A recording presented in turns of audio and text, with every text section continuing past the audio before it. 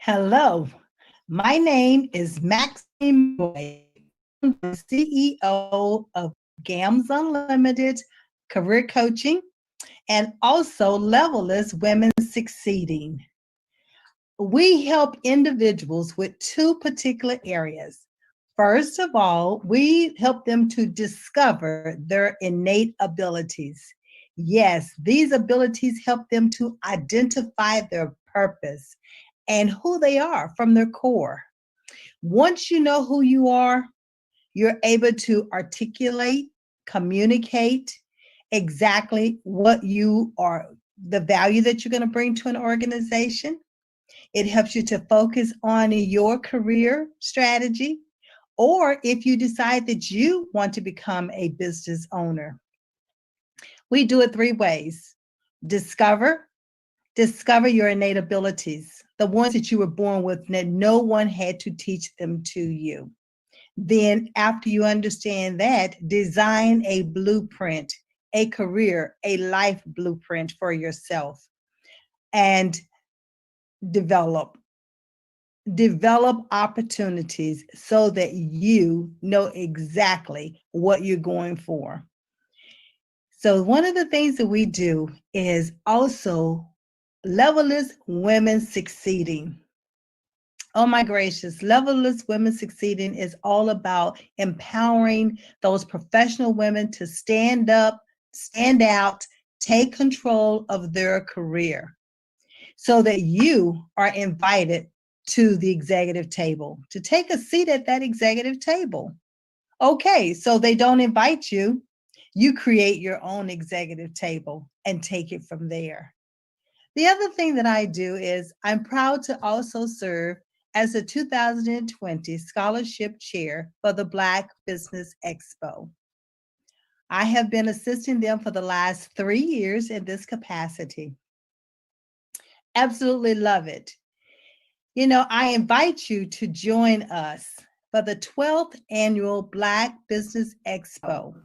This is an opportunity to get inspired and to ignite your entrepreneurship spirit.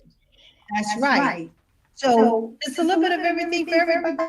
Not only are we going to have vendors and expert business subject matters, they're going to be talking about seminars and workshops. It's going to be great networking. And above all, it is a virtual, listen, virtual, 24 hours, free seminars, workshop, networking. There's no reason for you to attend. There's no reason for you not to be able to see all of the great things that are going on. And invite a friend, invite coworkers, invite your family, invite the community, invite other people around the world because it's virtual. It's 24 hours, 5 days, starting November the 9th through November the 15th. Something for everyone. Everyone. It's going to be on Facebook. And of course, good morning, good morning, good morning, good morning, good morning. Yes, indeed, the Black Business Expo, the virtual show. It's always great when we get an opportunity to get prepared for what I say is going to be a show of shows. The Black Business Expo, one of the largest business showcases in the history of Black America in North Carolina, is finally here. I'm your host, Eric Kelly III, the CEO of Black Business Expo. And as we get ready to go on this journey, we want to talk a little bit about what's going on. When you begin to look at the Black Business Expo and virtually, you got to understand that we had to pivot. And pivoting is what we did. And by pivoting, what we did was to put together a show for you so that you will definitely enjoy a lot of different things and the different people who are going to be coming on this morning.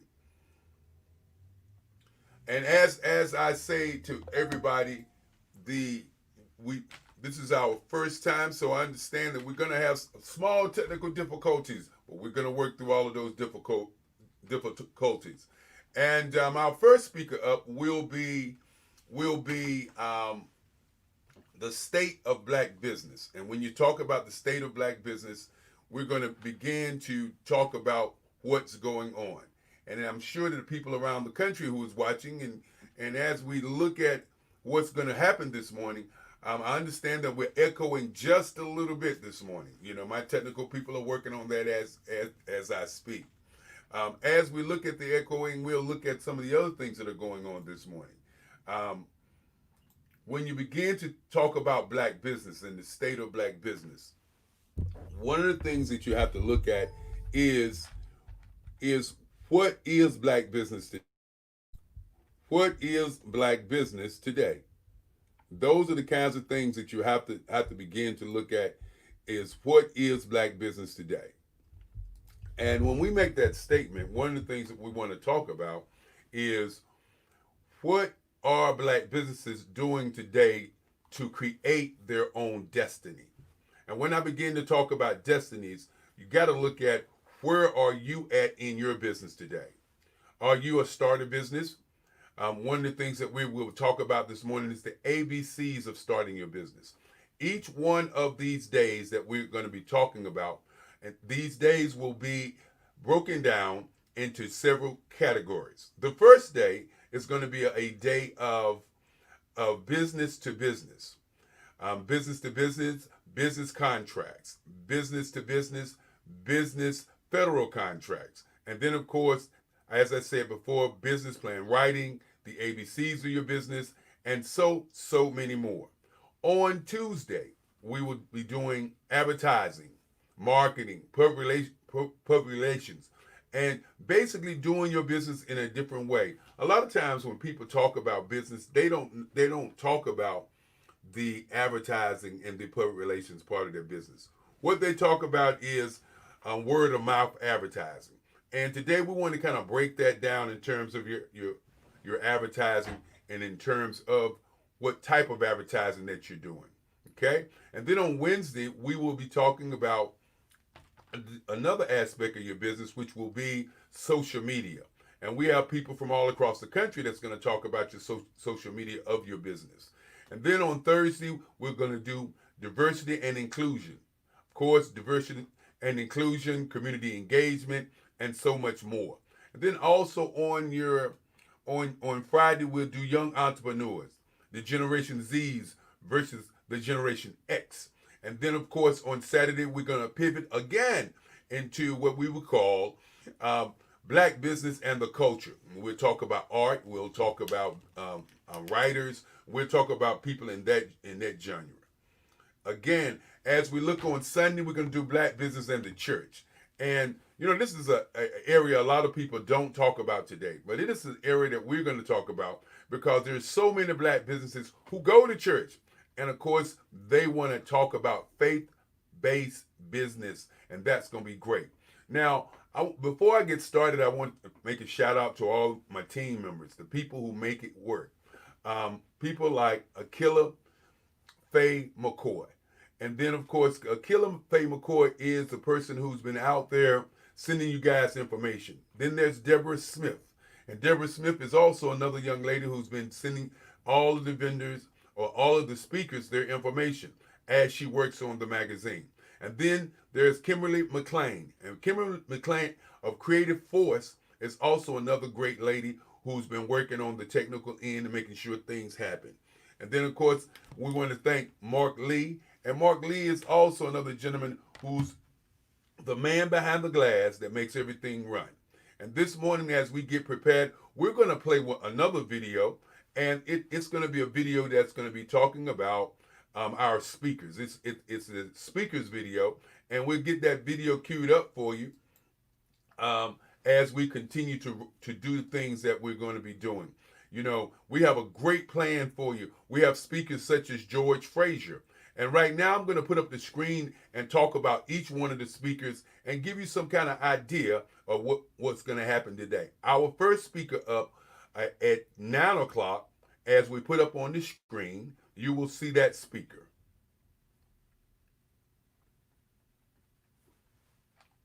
The speaker that we're going to put up is our 9 o'clock speaker.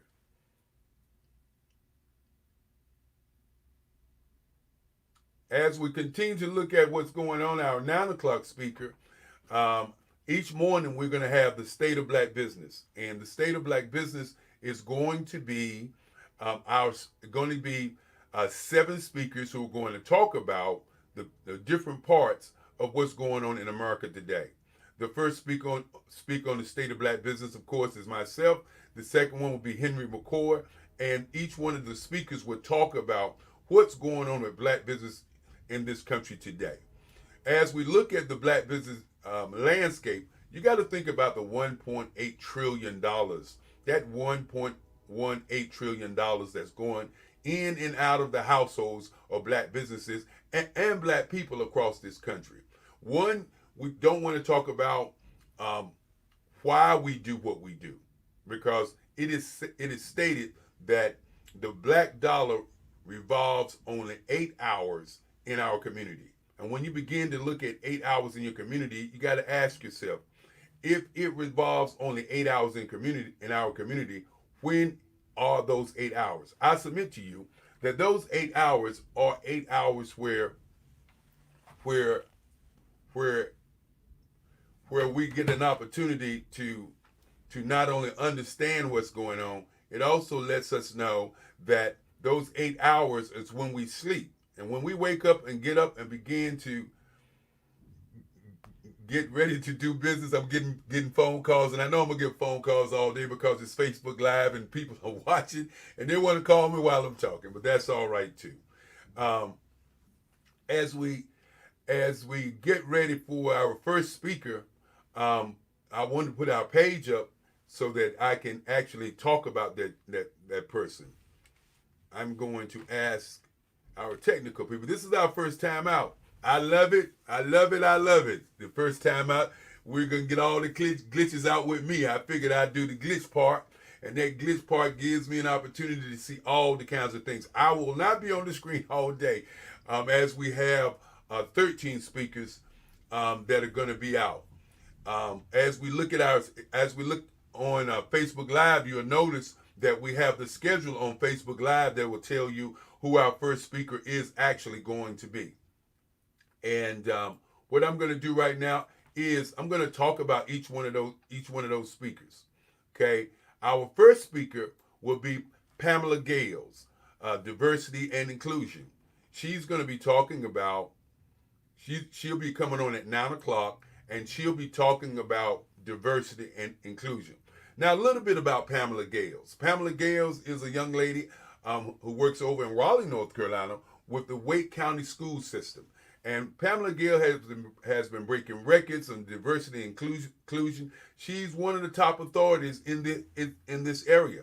Then after her, we'll have ABCs of starting your business, and those ABCs will be done by Latasha Best Gaddy.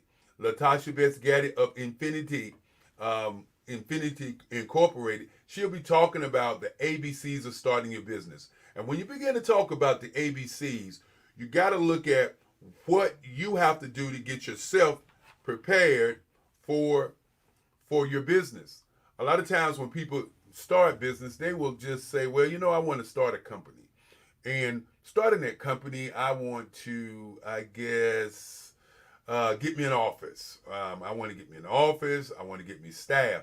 But before you start your business, the first thing you should look at is, what is the plan? What is the plan for your business? What is the culture for your business? What is the theme for your business? These are things that you have to look at before you even open your doors. What is that business plan? Okay. What is the name? What does the name represent? Things, small things like what your name is going to be. And then you have to look at the marketplace that you're going to go into. Now, if you're a mechanic, you're not going to wear a suit. So you have to think about, what does that look like? When you think about what that looks like, you also have to think about who are the experts that need to be on your team. I believe they don't look at their team. They look at themselves. They say, well, I'm gonna do the business, and I'm gonna make all of the money. That is the biggest challenge for everybody. setting up a team, and making a decision that you need help. Because a lot of times when you don't ask for help, you don't get help. And now what happens? You have a tremendous amount of work to do, and that's where the stressor comes in. And so when we start talking about the stressor part, we have people that are going to talk about black business and your health.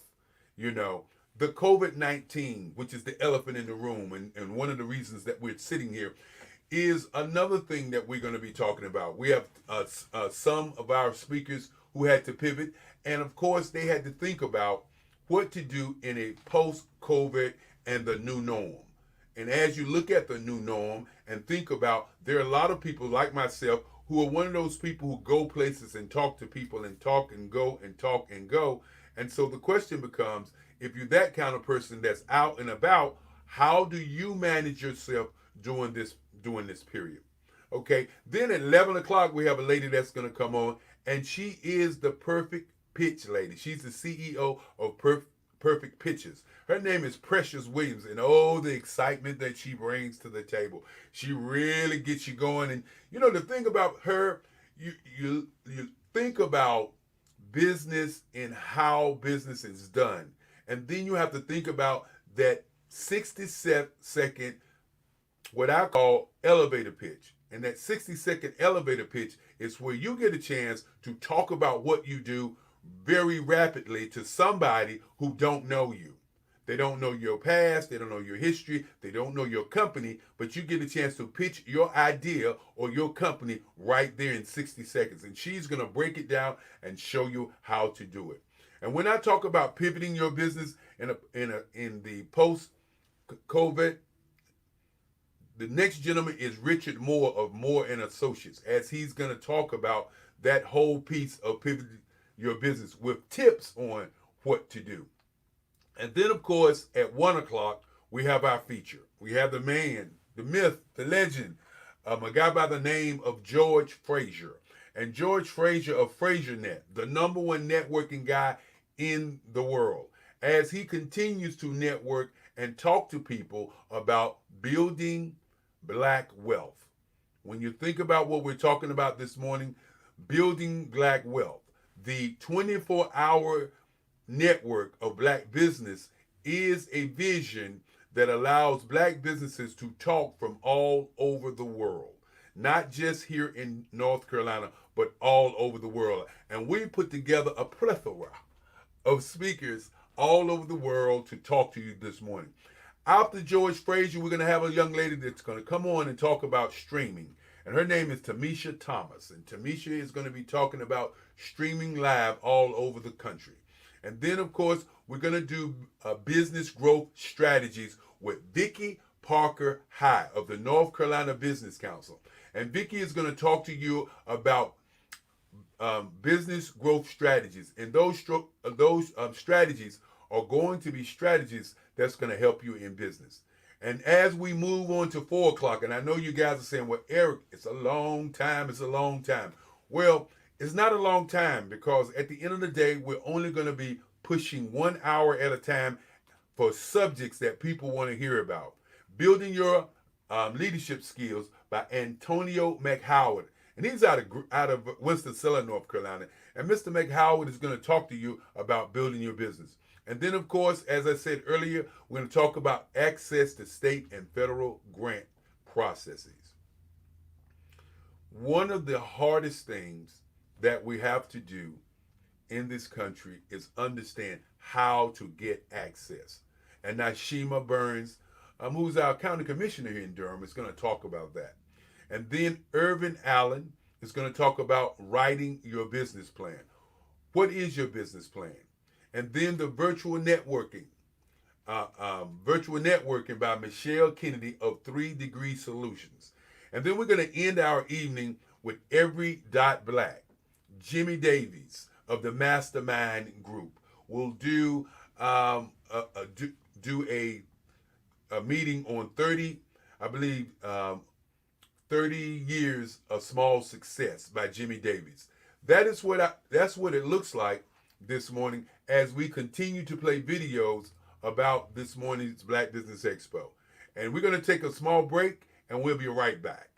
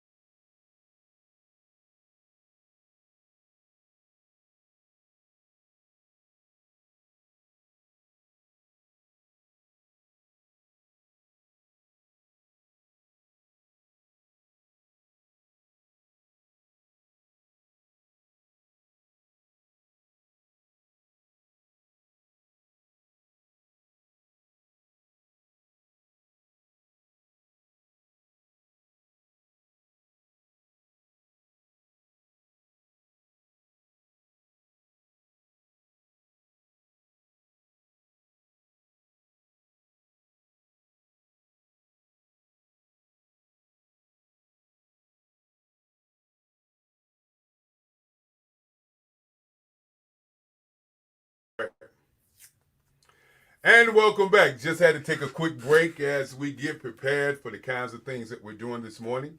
You know, as I was taking that break, I had a call from one of the speakers, and that's the kind of things that's going to go on this morning. But after we start at 9 o'clock, We're not going to stop. We'll be going on and on to the break of dawn, and we'll be making sure that we get different videos on for you because we do have a lineup of people who have sent in videos, companies and corporations who have sent in videos. And of course, we have the great sheriff's department here that sent in videos. And so we're going to make sure that everyone gets something out of today. As I said before, as we begin to talk about business, let's talk about tenacity this morning. That's the word today, relentless and tenacity. And what does it mean? When you start a business and you begin to look at where you're going, one of the things that I continue to say to people is you have to be relentless. You cannot allow small things such as technical difficulties or, as I always say, life get in the way of getting to where you want to go. It is easy for you to sit back and say that somebody did something to you, that the car didn't start, or you don't have enough money. But as my great grandfather used to say, you can do something about anything. You can do something about anything that happens. How you do everything is how you do anything. And then, of course, the big one, you can do anything that you want to do if you apply your mind to it. He used to say the number one thing in America today was thinking. And I think a lot of times we miss out on that part of business or that part of life, and that is to think about what we are doing before we do it. And then, of course, you can do something small, but it takes the same amount of time to do something large because time does not change. And when we begin to talk about time, we have to begin to talk about how we do things. And then, of course, as we look at today and we look at all the speakers who are sitting there waiting for their turn to share their voices, one of the things that I continue to say about the Black Business Expo, but more importantly, that people out here today because of COVID-19, they are going through some challenges. And going through those challenges, somebody has to put a platform in place to help them share their voices. And that's what the Black Business Expo is all about, to share voices. I want to talk about the mission of the Black Business Expo, talk about why it started. You know, it started back in 1980. And in 1980, when I was starting my advertising agency, my grandmother came to me with this idea. And she said that it would be great, Eric, and I'm not going to call my nickname, but she said, would it be great, Eric, if I could give scholarships to kids? And I was looking at her and I was wondering, what is she talking about? And then she explained to me. She said, well, you went to school on art scholarship. And I would like to see more kids go to school on art scholarship because you going on a full scholarship, I didn't have to pay for you to go to school to get your education. And so I said, okay, what would you like me to do? And so I took the program to my Black Data Processing Organization because I wasn't sure that it would work. And this is what happens in business sometimes. People bring you ideas and you don't believe in those ideas. And so you take those ideas to somebody else to see if it's going to work first, and then you do the idea. And so I took it to the Black Data Processing Group, and that group said, oh, okay, let's do it. And so about 2 months in, because I ran my ad agency, I had put all the information together, and I was out in the community. I was on television, I was on radio, and I was just sending this information out, and people started to sign up. And so because we were having meetings once a month, I figured I needed to go in and set a bank account aside so that I can collect the money and then take the money and give it to the organization. And so while I was doing that and going out, I had raised about $7,000 for tables at the old Omni downtown Durham. And so I go to the meeting, and the guy in the meeting, the president, says to me, Eric, I don't think we're going to do the Black Business Expo. And to my surprise, I sat there and looked at him, and I was like, I wanted to say something, but I listened to my elders. And my elders say, when you're mad, don't say anything. So I didn't say anything, and I left that meeting, a little upset because I had did all this work, and this guy had said to me, hey, we're not going to do it. So I sat in my office and I was thinking about it. My little brother came by and my little brother looked at me and he said, what's going on? I said, well, I planned this whole event with this organization, and the organization said they're not going to do it. And then he said, well, what kind of event is it? And I said, it's the Black Business Expo. And he said, well, what did you do? I said, well, I raised about $7,000 that I was going to turn over to them, and now I don't know what to do. And my little brother said, you know what? Why don't you do the event? And I think that was a watershed moment for me because of the kind of person that I am. I'm committed to the cause. And so he said, you got the money, you can start it, you can make it happen. And I said, you are absolutely right. And so we did the Black Business Expo at the Old Omni downtown. We had about 103 businesses at the first show. And of course, you know, the Black Data Processor Organization came to the show. And he said, next year when we get ready to do this show, it's going to be bigger. And I said, no, next year you will not be doing the show with me because I will be doing the show. And I think sometimes people don't understand that when you are working with leaders and you're working with people and you're talking to people and you're a great follower, it is easy for you to follow people. But sometimes when you're following people, they take that as kindness for weakness. And when you start your own business, this is the first time that you have to begin to look at what you want to do, what your mission is, and where you're going. And so we started the Black Business Expo. The next year we did about 200 business owners. And following that, we continue to do businesses for companies and raising businesses for over 25 years. And we've given out over 25 scholarships to kids, and we've made it happen for kids who have been looking for an opportunity. The whole mission of the Black Business Expo, not the objective, because the objective and the mission are different. When you look at your business, your objective is different, your mission is different, and your culture is different. And I want to make sure you understand it. If you're looking at your business, you got to think about these things. Your business is different, your objective, your mission, and your culture. And let's talk about that for a moment. When you begin to talk about our mission is to raise scholarships for kids who are going from high school to college to help them have the tools to compete. Our objective is to bring our black businesses together in a room to raise the scholarships for the students. Okay, I'm going to say it again. Our mission is to raise scholarship funds for kids so they have tools when they go to school. Our objective is to bring people together, companies and corporations, so that we can raise those scholarship dollars. And our culture, which is very important, is the $1.8 trillion to build an ecosystem that will allow businesses from across the world to do business. That is what it's all about for us. That is what we do, and that's why we do it. That is what we have done for years and years and years. And that's what we will continue to do for black businesses and for black folk, as I say, across this fair country. As you look at today and you think about the Black Business Expo, we want you to think about donating to the cause, donating to the black businesses, donating to the students who are sitting there waiting.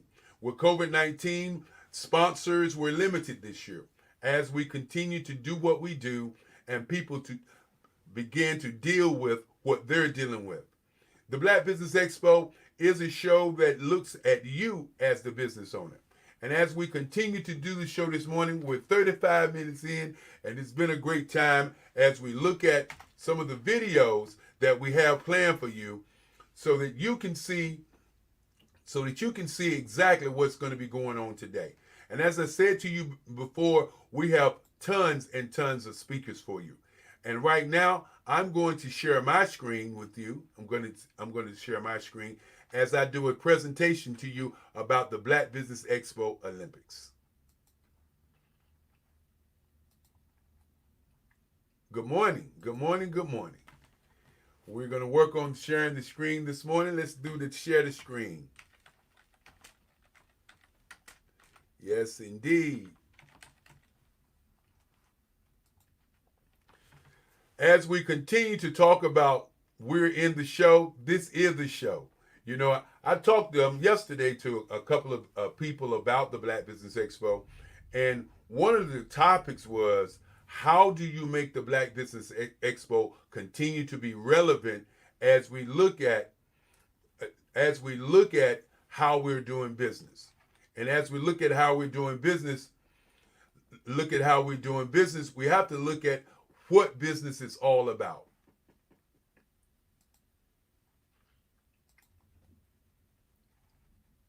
We have to look at what business is all about.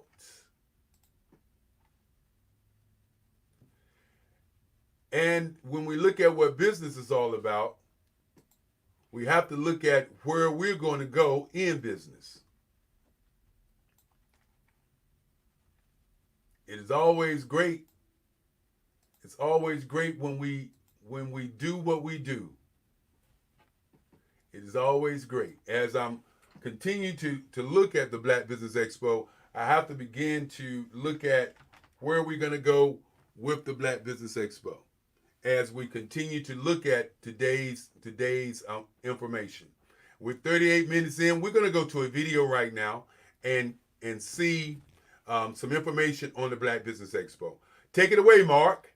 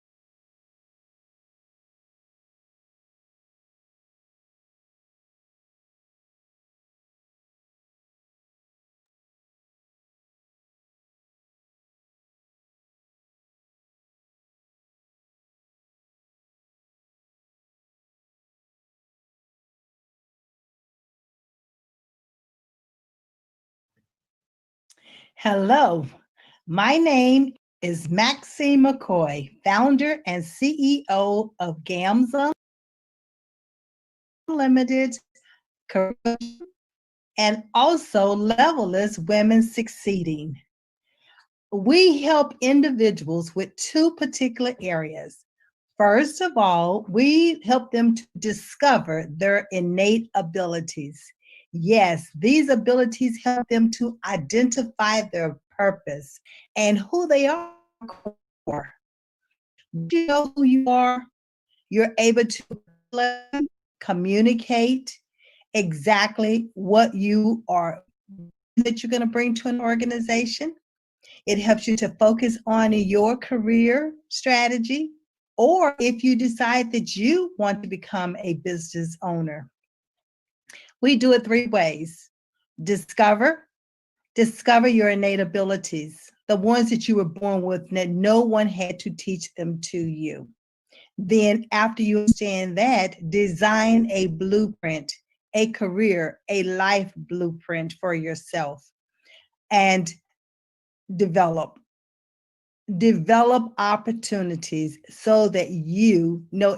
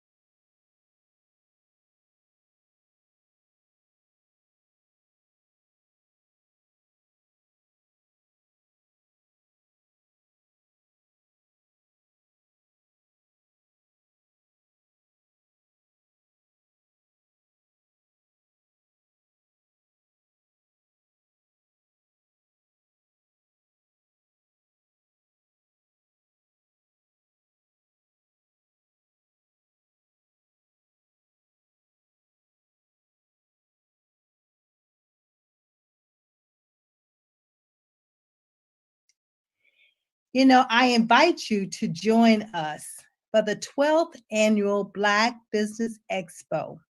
This is an opportunity for you to get inspired and to ignite your entrepreneurship spirit. That's right. So it's a little bit of everything for everybody. Not only are we going to have vendors and expert business subject matters, they're going to be talking about seminars and workshops. It's going to be great networking.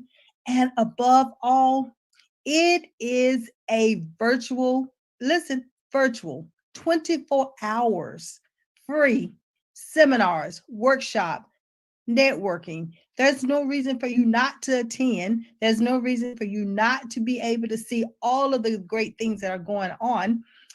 And invite a friend, invite coworkers, invite your family, invite the community, invite other people around the world because it's virtual. It's 24 hours, 5 days, starting November the 9th through November the 15th. There's something for everyone. Everyone is going to be on Facebook. Facebook. Why not use technology? That's what it's here for. And we want to be able to use it so that we can help everyone around the world to see everything that we're doing right here. Now, this year is going to be different. It's going to have a lot of great surprises. So that's one of the reasons why you want to look at the agenda to find out what time things are happening, who's speaking, what you need to be attending. If you're a business owner, how you're going to be doing the networking to make sure that you are not only meeting individuals, but scheduling opportunities to follow up and come back and have that conversation with them. That's right. We're going to have government perspectives, inclusion speakers, diversity and inclusion, marketing your small businesses. I mean, there's so much great information that's going to be here. 7 days of education, inspiration, motivation, connections, networking, sales.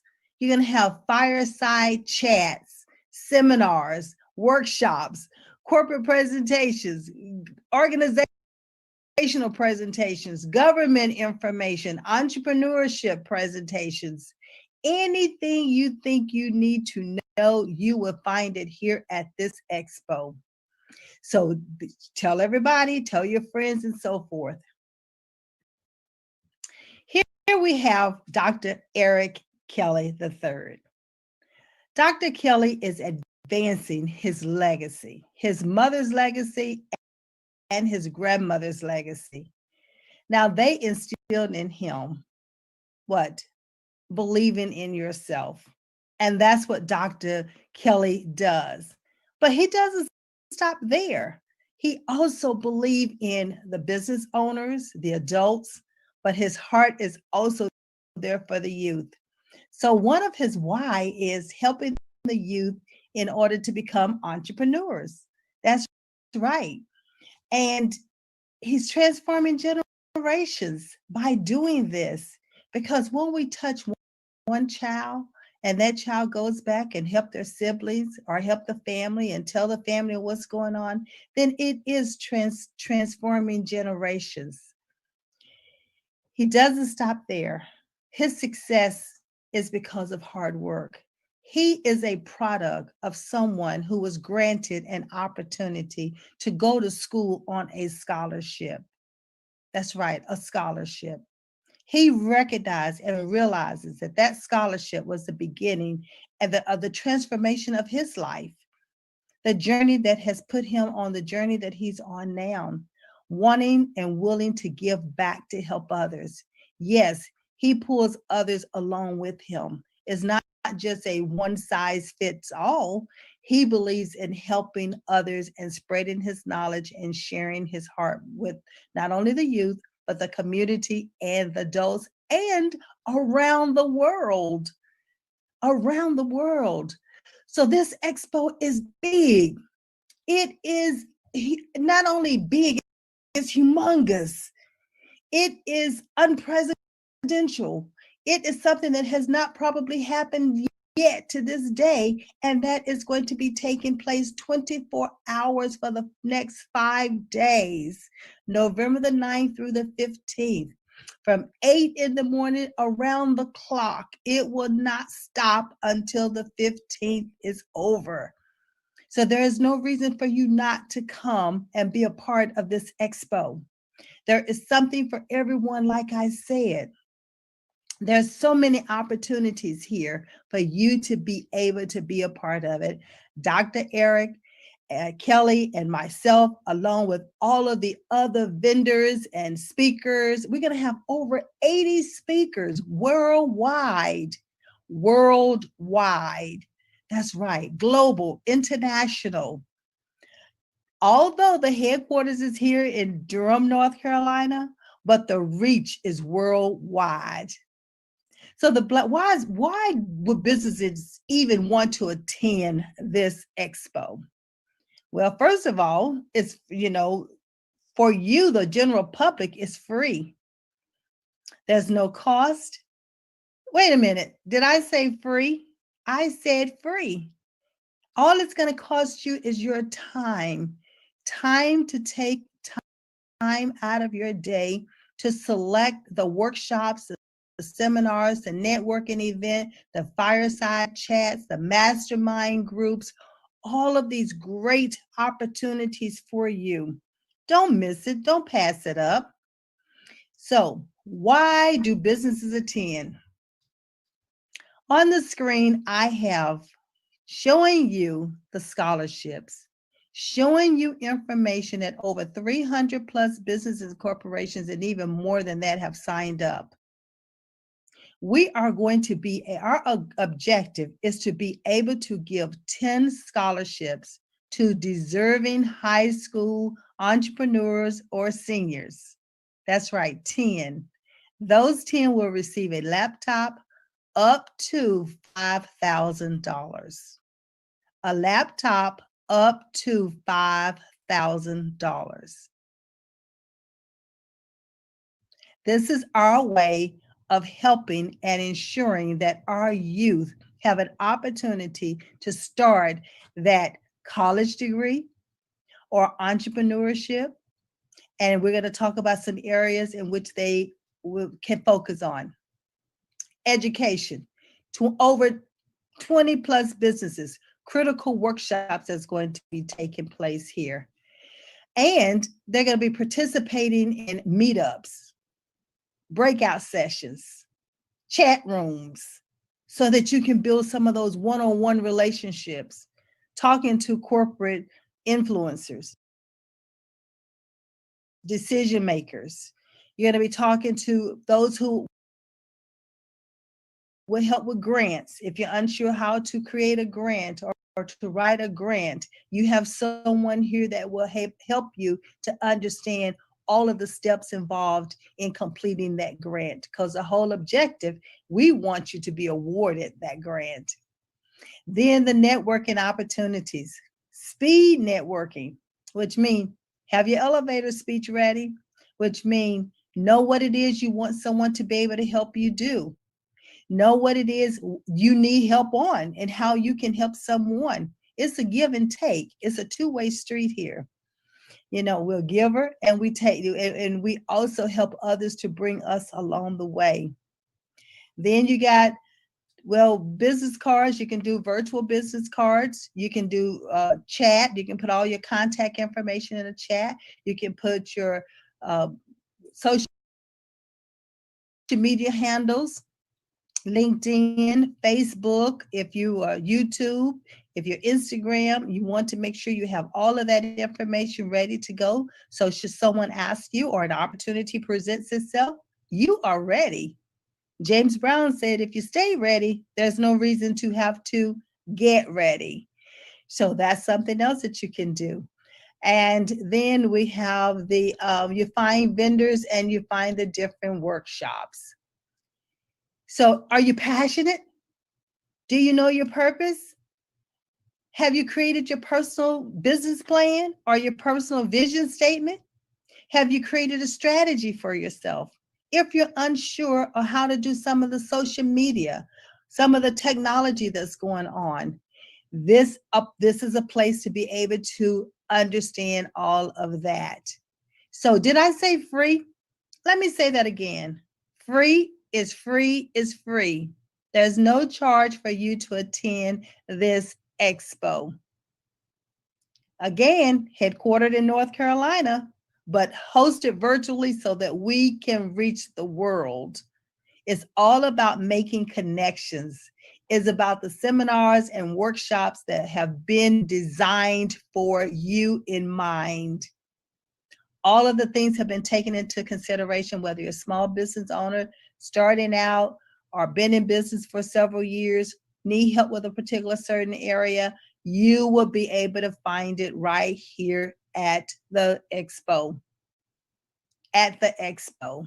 And then there's a membership offer. So we don't just stop there. So if you'd like to become a member, there's a membership offer for you to gain insight and visibility. Not only that, when you do come to the expo, there are so many things that you're going to get after the expo. The contact list of all those who attended, the vendors, and that information so that you can make those necessary connections. So let's transition a little bit here. And this is where we're going to start talking about the why we're doing what we're doing. The Black Business Expo main focus is to create money or to have donations, gifts of kindness, so that we can present these scholarships to our deserving seniors and entrepreneurs. That's right. So let's talk just a little bit about it. Our focus is on targeting learning, networking, building value through new business relationships. We must help our youth understand that building relationship is so critical. Networking is a key to building those relationships as well as follow up. So there's so many areas that we can talk about when it comes to networking and building relationships. But one of the things would be, I need your help along with the Black Business Expo. I'm serving as the chairperson, but we can't do it alone.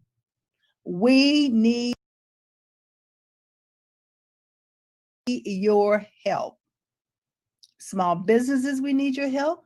The community, we need your help. And organizations, we need your help.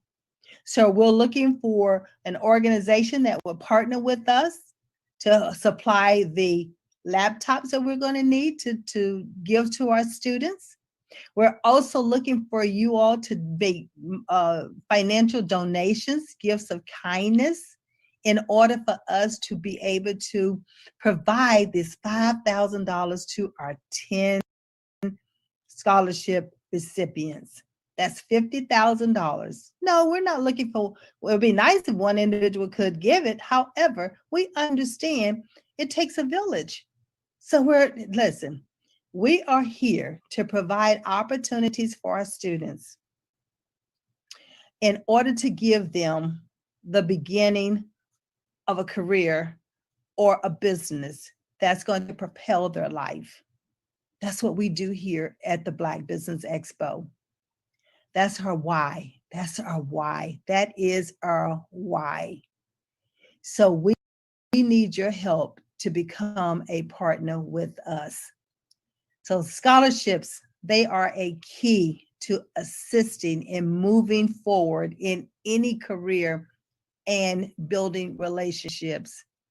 And this is what we're here to do to help those 10 recipients. So we believe that a productive entrepreneurship is just one of the keys to be successful in your career. So we will also be providing ongoing support. The scholarship is for high school seniors or high school entrepreneurs that's following major career paths. And some of the career paths are going to be in areas such as arts and entertainment, technology, business and entrepreneurship, public relations, they call it PR, and communication. How about merchandising? I acquired my certificate from the Metropolitan School of Tailoring. So I'm a tailor by trade as well as a career coach. And then marketing. Now, beautiful way of helping individuals to market their business and to brand themselves. And advertising, we have to put the billboards up, the flyers, the books, how you're going to advertise on social media, LinkedIn, all these different platforms, helping individuals to know exactly, what dimensions is necessary. All the great information is needed in order to help our youth become successful at their vision. Then we have hospitality as well as journalism. So as you can see, there's a range of different areas of focus that our youth can go into. But again, we need your help. There's no way that we can do this alone. The Black Business Expo is a community expo. Yes, you do have individuals who are volunteering to be a part of it, but we need you, the community, to join us as well. We're looking for corporate individuals to make donations. That's going to help us with the scholarships. I'm Maxine Phillips and so McCoy. So my contact information I will leave with you so that if you're one of those vendors and you want to get in touch with us, it can either be myself or Dr. Kelly. And we'll make sure that we get back with you because our objective is what? To help our seniors go to college, complete that degree, or start their business. And we want to make sure that they are successful. Now, there are some eligibility requirements for this. And some of the eligibility requirements would be that they must pursue one of the particular areas that I talked about, be a United States citizen. We're going to talk about being a student here in North Carolina and pursue one of those areas that we mentioned a few moments ago, and be a graduating high school senior. You already applied for your college application to accredited institution. It could either be a 4-year, 2-year, or a technical, a vocational technical school. You can, and we do prefer that you are already volunteering in the community, giving back, mentoring, helping, tutoring. There's so many opportunities for you to give back and work in the community. Now, the very first part of the application is about sending an email to the CEO of the Black Business Expo, and that's Dr. Eric Kelly III. And why do you want to do this? You want to do this because Dr. Kelly will be interviewing you. That is the very first step of the application process. And from there, then you will receive an email with the application. So the very first step is to you to send an email to Dr. Kelly, letting him know that you're interested in the scholarship process so that he can start the interviewing process. He will start the interviewing with you. And after you receive your application, it would then give you instructions on what's going to be required of you. So heads up, you're going to need to write an essay, between 500 to 1,000 word essay, and you're going to include things such as what focus area are you going into? And why have you chosen that focus area? So describe how you're going to be even using the scholarship that you're going to be receiving. And then based on your chosen education path, how will the scholarship help you to accomplish your business venture or your entrepreneurship idea? So this is just a little heads up to get you started on what you can be doing prior to having that conversation with Dr. Kelly. So the rest of the, once you receive the application, we just talked about what you want to do. And then we can talk about the Black Business Expo Olympic Virtual Expo Week, November the 9th through the 15th. November the 9th through the 15th. Oh man, I tell you, Maxine, you're getting down, Max. You're doing your thing, Max. You're making it happen. You're making it happen, Max. You know, that's Maxine Phillips McCoy of GAMS Unlimited. She's doing an outstanding job as our scholarship chair. And right now, we're gonna bring you a gentleman who's been doing some great things all over the country. His book will be coming out shortly, and the book is going to be a book about wealth. That's what it's about today. And I want to introduce to some and reacquaint with others a gentleman by the name of Dr. Dennis Rogers, who will be talking about Black business success. Take it away, Dennis. Good morning. Good morning. Good morning. This is Dr. Dennis Rogers, and it's a pleasure to be here with you at the Black Business Expo USA Marathon. And when we say marathon, we mean a long distance trip to the finish line. And the finish line is, of course, your success and the success of our community business owners. And the larger success, forgive me here, just setting up this technical area, and the largest success, of course, of our community.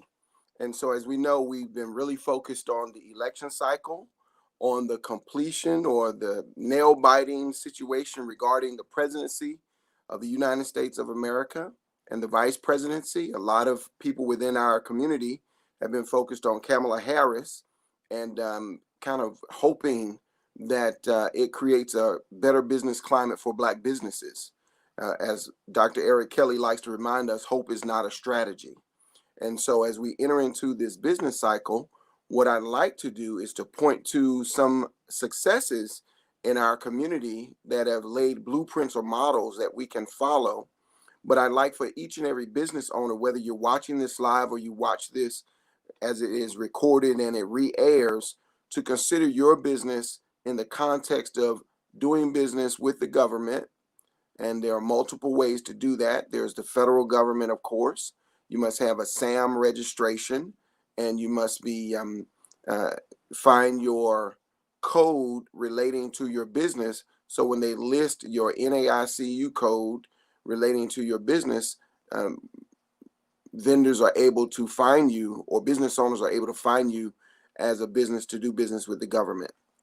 On a state level, whether you're in North Carolina, California, whether you're in Illinois or Indiana, whether you're in Texas or Georgia, state procurement is huge as well. And so doing business with state governments is also an option for your business, depending upon the services that you provide.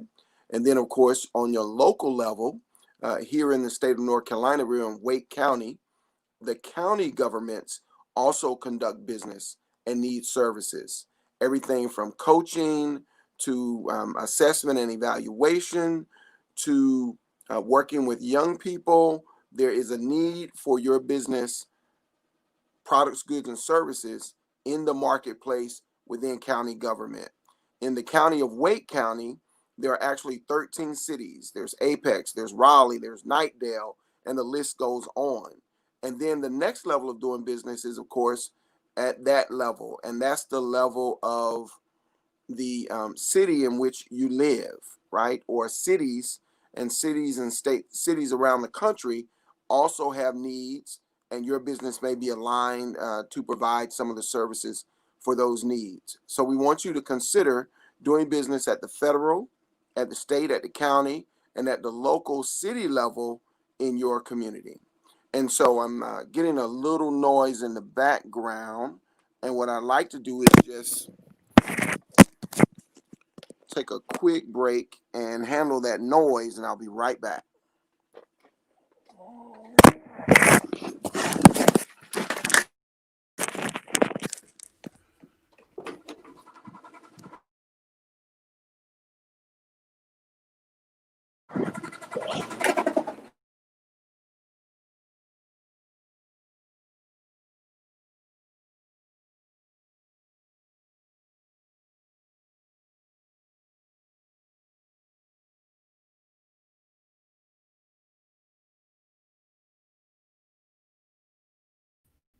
And of course, we're going to have technical difficulties. This is the first time that we've ever done this on the planet. And I know everybody wants us to be like CNN and wants us to be like NBC, ABC, and all of those stations. But when you're doing something historic like what we're doing today, we're going to have these little blips along the way. And as we have these blips along the way, I will be here to make sure that you're engaged. And remember, this show is going to go on in 24 hours because we're creating a 24-hour live. And sometimes people say, well, you're messing up, you're doing this, you're doing that, you're doing this, and you're doing that. It doesn't matter because at the end of the day, we're sharing our voices with you. And life makes things move.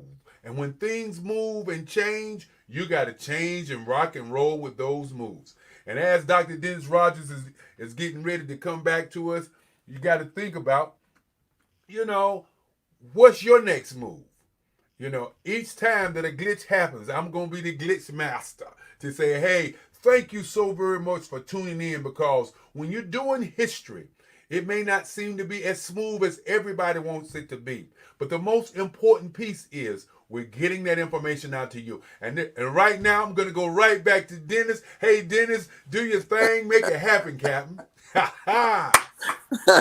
Hey, thank you. It's a pleasure to be back. And just as Dr. Kelly was saying, we know as business owners that we are adaptable, that we improvise. We're like Marines. We adapt and overcome. And so here we are, focused, and I really appreciate your patience with us. So let us begin. As we know, there have been multiple business successes in the Black community, the African American community. One of them I'd like to share with you to begin with is a gentleman by the name of Michael V. Roberts. And you may have seen this photo before. He's been quite active in communicating his business success to others. And he likes to say that he's not just an author, but he is a business person who has had success in business, and he shares his success blueprint, if you will, within the context of his book. This particular book is entitled Action Has No Season. And in this book, Michael V. Roberts introduces himself to us, and I'll go through that process. And then he walks us through his guiding light toward business success. And I like to give you the answer now up front. His guiding light to business success is that action has no season. You've also heard it said, do it now. And that is to say, one should operate with a plan and be flexible in one's planning, but one need not procrastinate. It is about the business as an entrepreneur, as a business owner, of paying attention to what's going on in the marketplace, seeking opportunities out, seizing opportunities as they arise with one's team, and putting forth one's best effort in the process of pursuing these opportunities for business success, for a contract, for a check, to increase one's bottom line as a business owner. So Michael V. Roberts, again, is a business entrepreneur out of St. Louis, Missouri. And that's how I say it, St. Louis, Missouri. Some people say St. Louis, Missouri, St. Louis, Missouri. And he literally grew up in a neighborhood with his mother, his father, his brothers, his siblings, went off to school, obtained his JD, so he became a lawyer, came back to the community from which he served and ran for elected office. And you heard me earlier talking about doing business with the government. As an elected official in Ohio, and I want to say he was a city council member, maybe a county commissioner, he had an opportunity to see, as many elected officials do, the size of contracts being obtained by people that are doing business with the government. And so ultimately, many elected officials see these numbers and they begin to say, well, how do I get a piece of the action? And some elected officials choose the inappropriate way to get a piece of the action, and that is they ask for a kickback on some government contract. Well, Michael Roberts decided not to ask for a kickback, but to in fact start a business. He and his brother both started the Roberts Companies, and as the Roberts Companies was created, he actually bought a low-level television station in the market of St. Louis. And from purchasing a low-level television station in the city of St. Louis, when Sprint came along and the mobile device business, the cell phone business, was beginning to evolve, because they had a contract, because they had a license with the FCC, they went to Sprint and approached them about becoming a licensee for Sprint in the market that was St. Louis. And of course, they had to have their ducks in a row. They had their own kind of internal legal counsel, since they both were JDs. But as you know, as a business owner, they needed CPAs. They needed proper accounting. They needed to make sure their business structure was in order. They were already conducting business. And when they approached Sprint, they actually negotiated a deal in which they would in fact use their tower for their television station as a tower for Sprint. Moreover, they would receive remuneration from the number of pings, the number of cell phone hits off of their tower, and they would receive monthly revenue stream. Now, Sprint said in order to do this, you need to upgrade your tower so that it can be a part of our national network. And they negotiated, because we know in business negotiation is critical, they negotiated having Sprint invest the capital required to upgrade their particular satellite. So in essence, and some of you in real estate know this, it's the notion of having the option. And the option means that it's financed by another entity usually the owner with the option to buy. In this case, they asked Sprint, who had the service, to actually finance the upgrade of their satellite, which they own, in order to have the business a monthly rental revenue fee from Sprint, as well as revenue from the pings off of the satellite. And this, of course, gave them a bundle of cash monthly on a regular basis, similar to working in insurance. When one works in the field of insurance, depending upon where one is, whether one is an actuarial scientist that crunches the life longevity of others, whether one is a insurance salesperson or owns an insurance agency, people in the field of insurance are accustomed to receiving monthly insurance payments, and they're able to retain a portion of those so that they have monthly income. They have passive income based on doing the sale once. They continue to service the client, but the revenue comes in monthly. So this was the case with them and Spectrum. And what he walks through in this particular text, his book, is he walks through the notion that although you may not have all of the pieces of the puzzle when you begin the process of going after a business opportunity, that the action of making the decision and going after the business opportunity actually creates momentum, and others see based on your business acumen, your track record, almost like your reputational credit, right? Everything we do builds our reputational credit in the same way that the things we do financially build our credit over the years. So ultimately, his thesis is when one takes action, one can literally create momentum where others invest in you achieving your business success. And for those of you who see this as a very abstract notion, let's just say that as you continue, our presenters today, as you continue to present, more people are aware of your products, your goods, and your services. And as you provide them access to you through your social media, your LinkedIn, your network, they're then able to see exactly what it is you do and to approach you in order to conduct business with you. So in essence, what we're doing today helps to build our business credit for the future. This is an actionnaire. And what Roberts talks about is the notion of an actionnaire is to be well-rounded. It's to take action both in business and in life, to maintain a balance between the business life and one's family life, to maintain a balance as a community representative or a pillar of the community, because we know, those of us who are entrepreneurs and business owners, that during the days of uh, Durham's heyday and the Hayti community, that the business of Durham were the pillars of society. That Mechanics and Farmers Bank was a pillar of society. That North Carolina Mutual Life Insurance Company was a pillar of society. That North Carolina Central University was a pillar of society. And through these institutions, individuals, families, communities, neighborhoods were built and were sustained based on the operational acumen of the administrators, those who ran the bureaucracy of these institutions, as well as the salespeople and the entrepreneurs who recruited others to be a part of these institutions. In Actionaire, Michael Roberts talks about his journey as this person.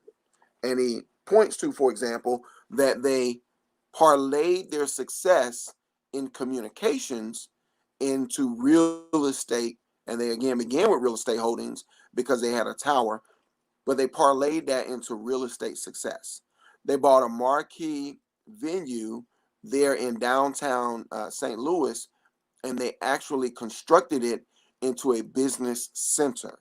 And much like today, when we see businesses like WeWork, the Gathering Spot down in Atlanta, Georgia, they brought together other businesses. They created a mall, in fact, with a business operations center standing above the mall. So businesses would operate in that area, and then stores that had things to sell, clothing, products to sell, were actually in the retail space. And so this model we're seeing playing out in a lot of places. In Washington, D.C., for example, there's a place called Busboys and Poets. Andy Shalal created this. And in Busboys and Poets, it literally is a structure where there is rental housing unit above, and there is this deliciously situated restaurant below, and they named it after Langston Hughes, Busboys and Poets. And so the focus I'm making here is that Michael V. Roberts and the Roberts companies went into the real estate business. And in addition to acquiring this property and converting it into a place of pride within the community, because at one point it was abandoned, maybe after the 60s, after the riots, after Dr. Martin Luther King, and others began to take pride in the space and pride in their community. It became a bright star in St. Louis, Missouri. Well, Michael V. Roberts went on to become a hotelier, and that is to own hotels.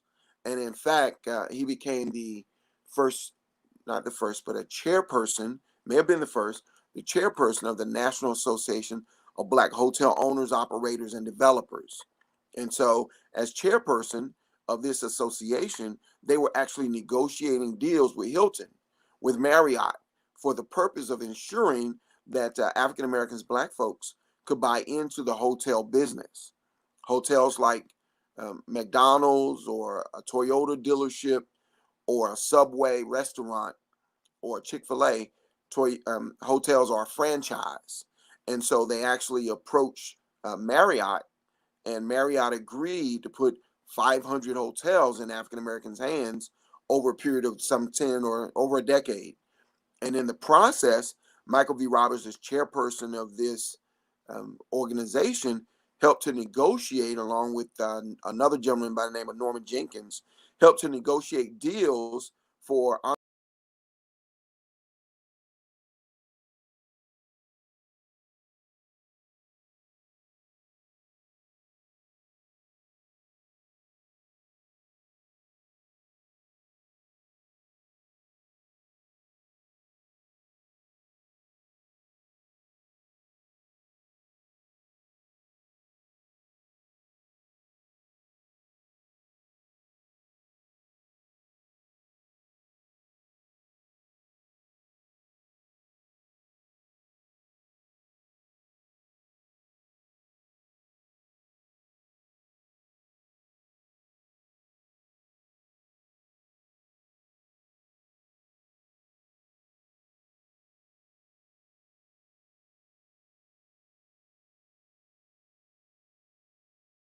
literally, thank you for coming back.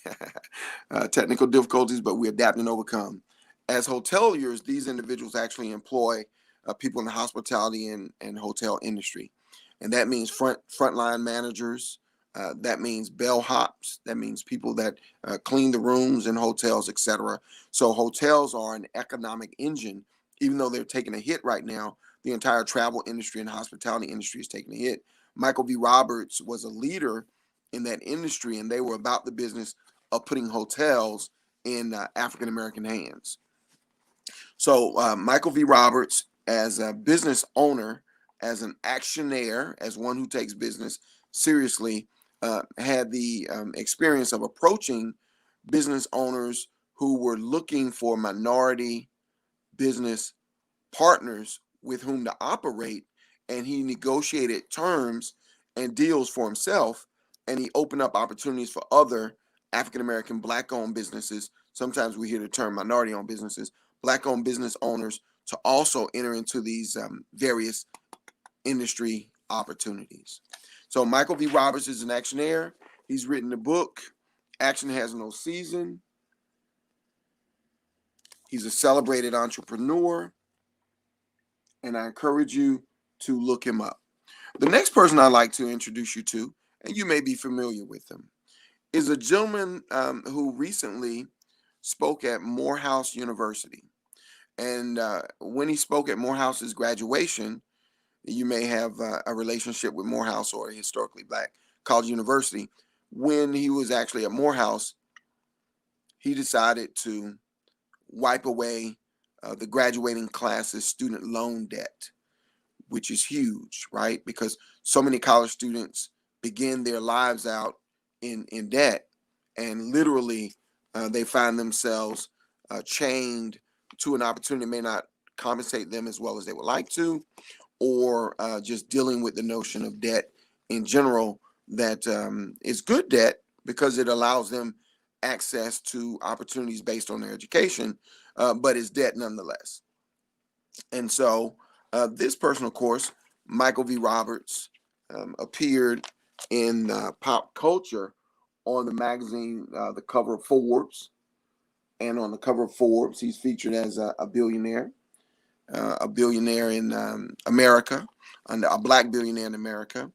And Michael V. Roberts is actually an engineer. And he made his bones at Columbia University when he decided as an engineer to go back and acquire an MBA. And as a result of acquiring an MBA, he entered in the financial market business. And the financial market business, high finance, worked with Goldman and Sachs, actually made available to others instruments by which they could increase their wealth.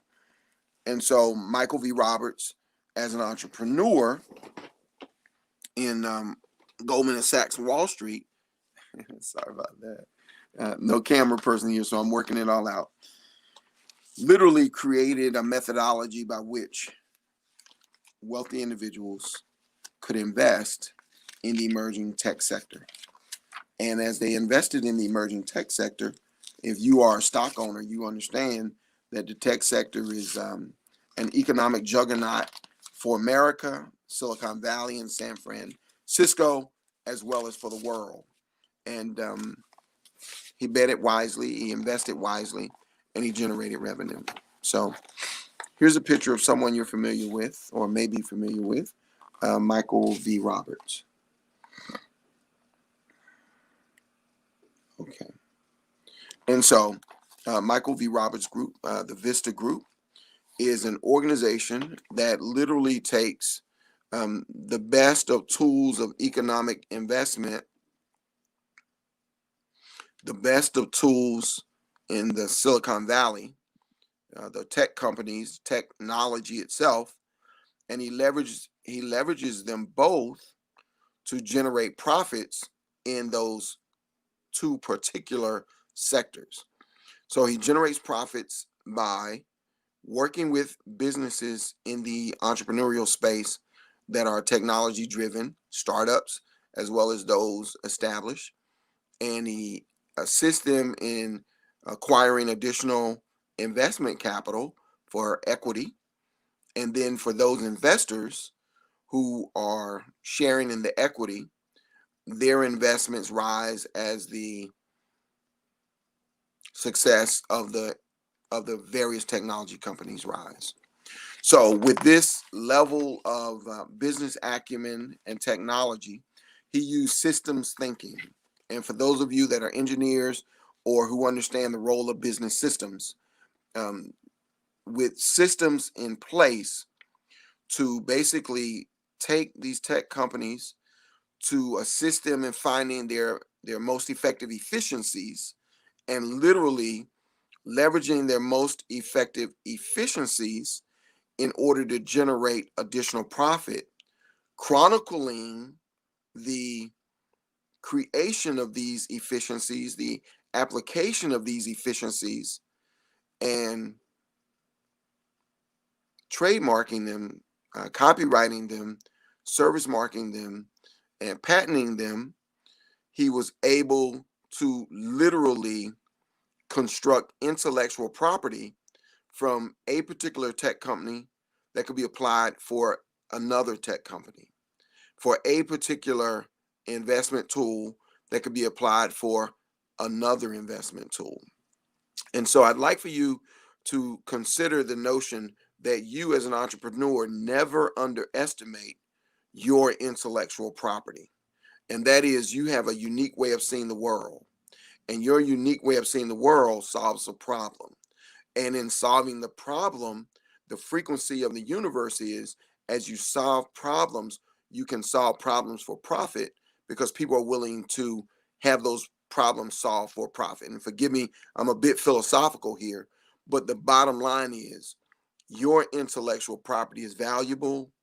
You need to understand it, and you need to understand how to patent your intellectual property, how to service mark your intellectual property, how to maintain your intellectual secrets, your business secrets, and how to deploy your intellectual property at the right time under the right circumstances with the right business partners to generate the level of profit you desire.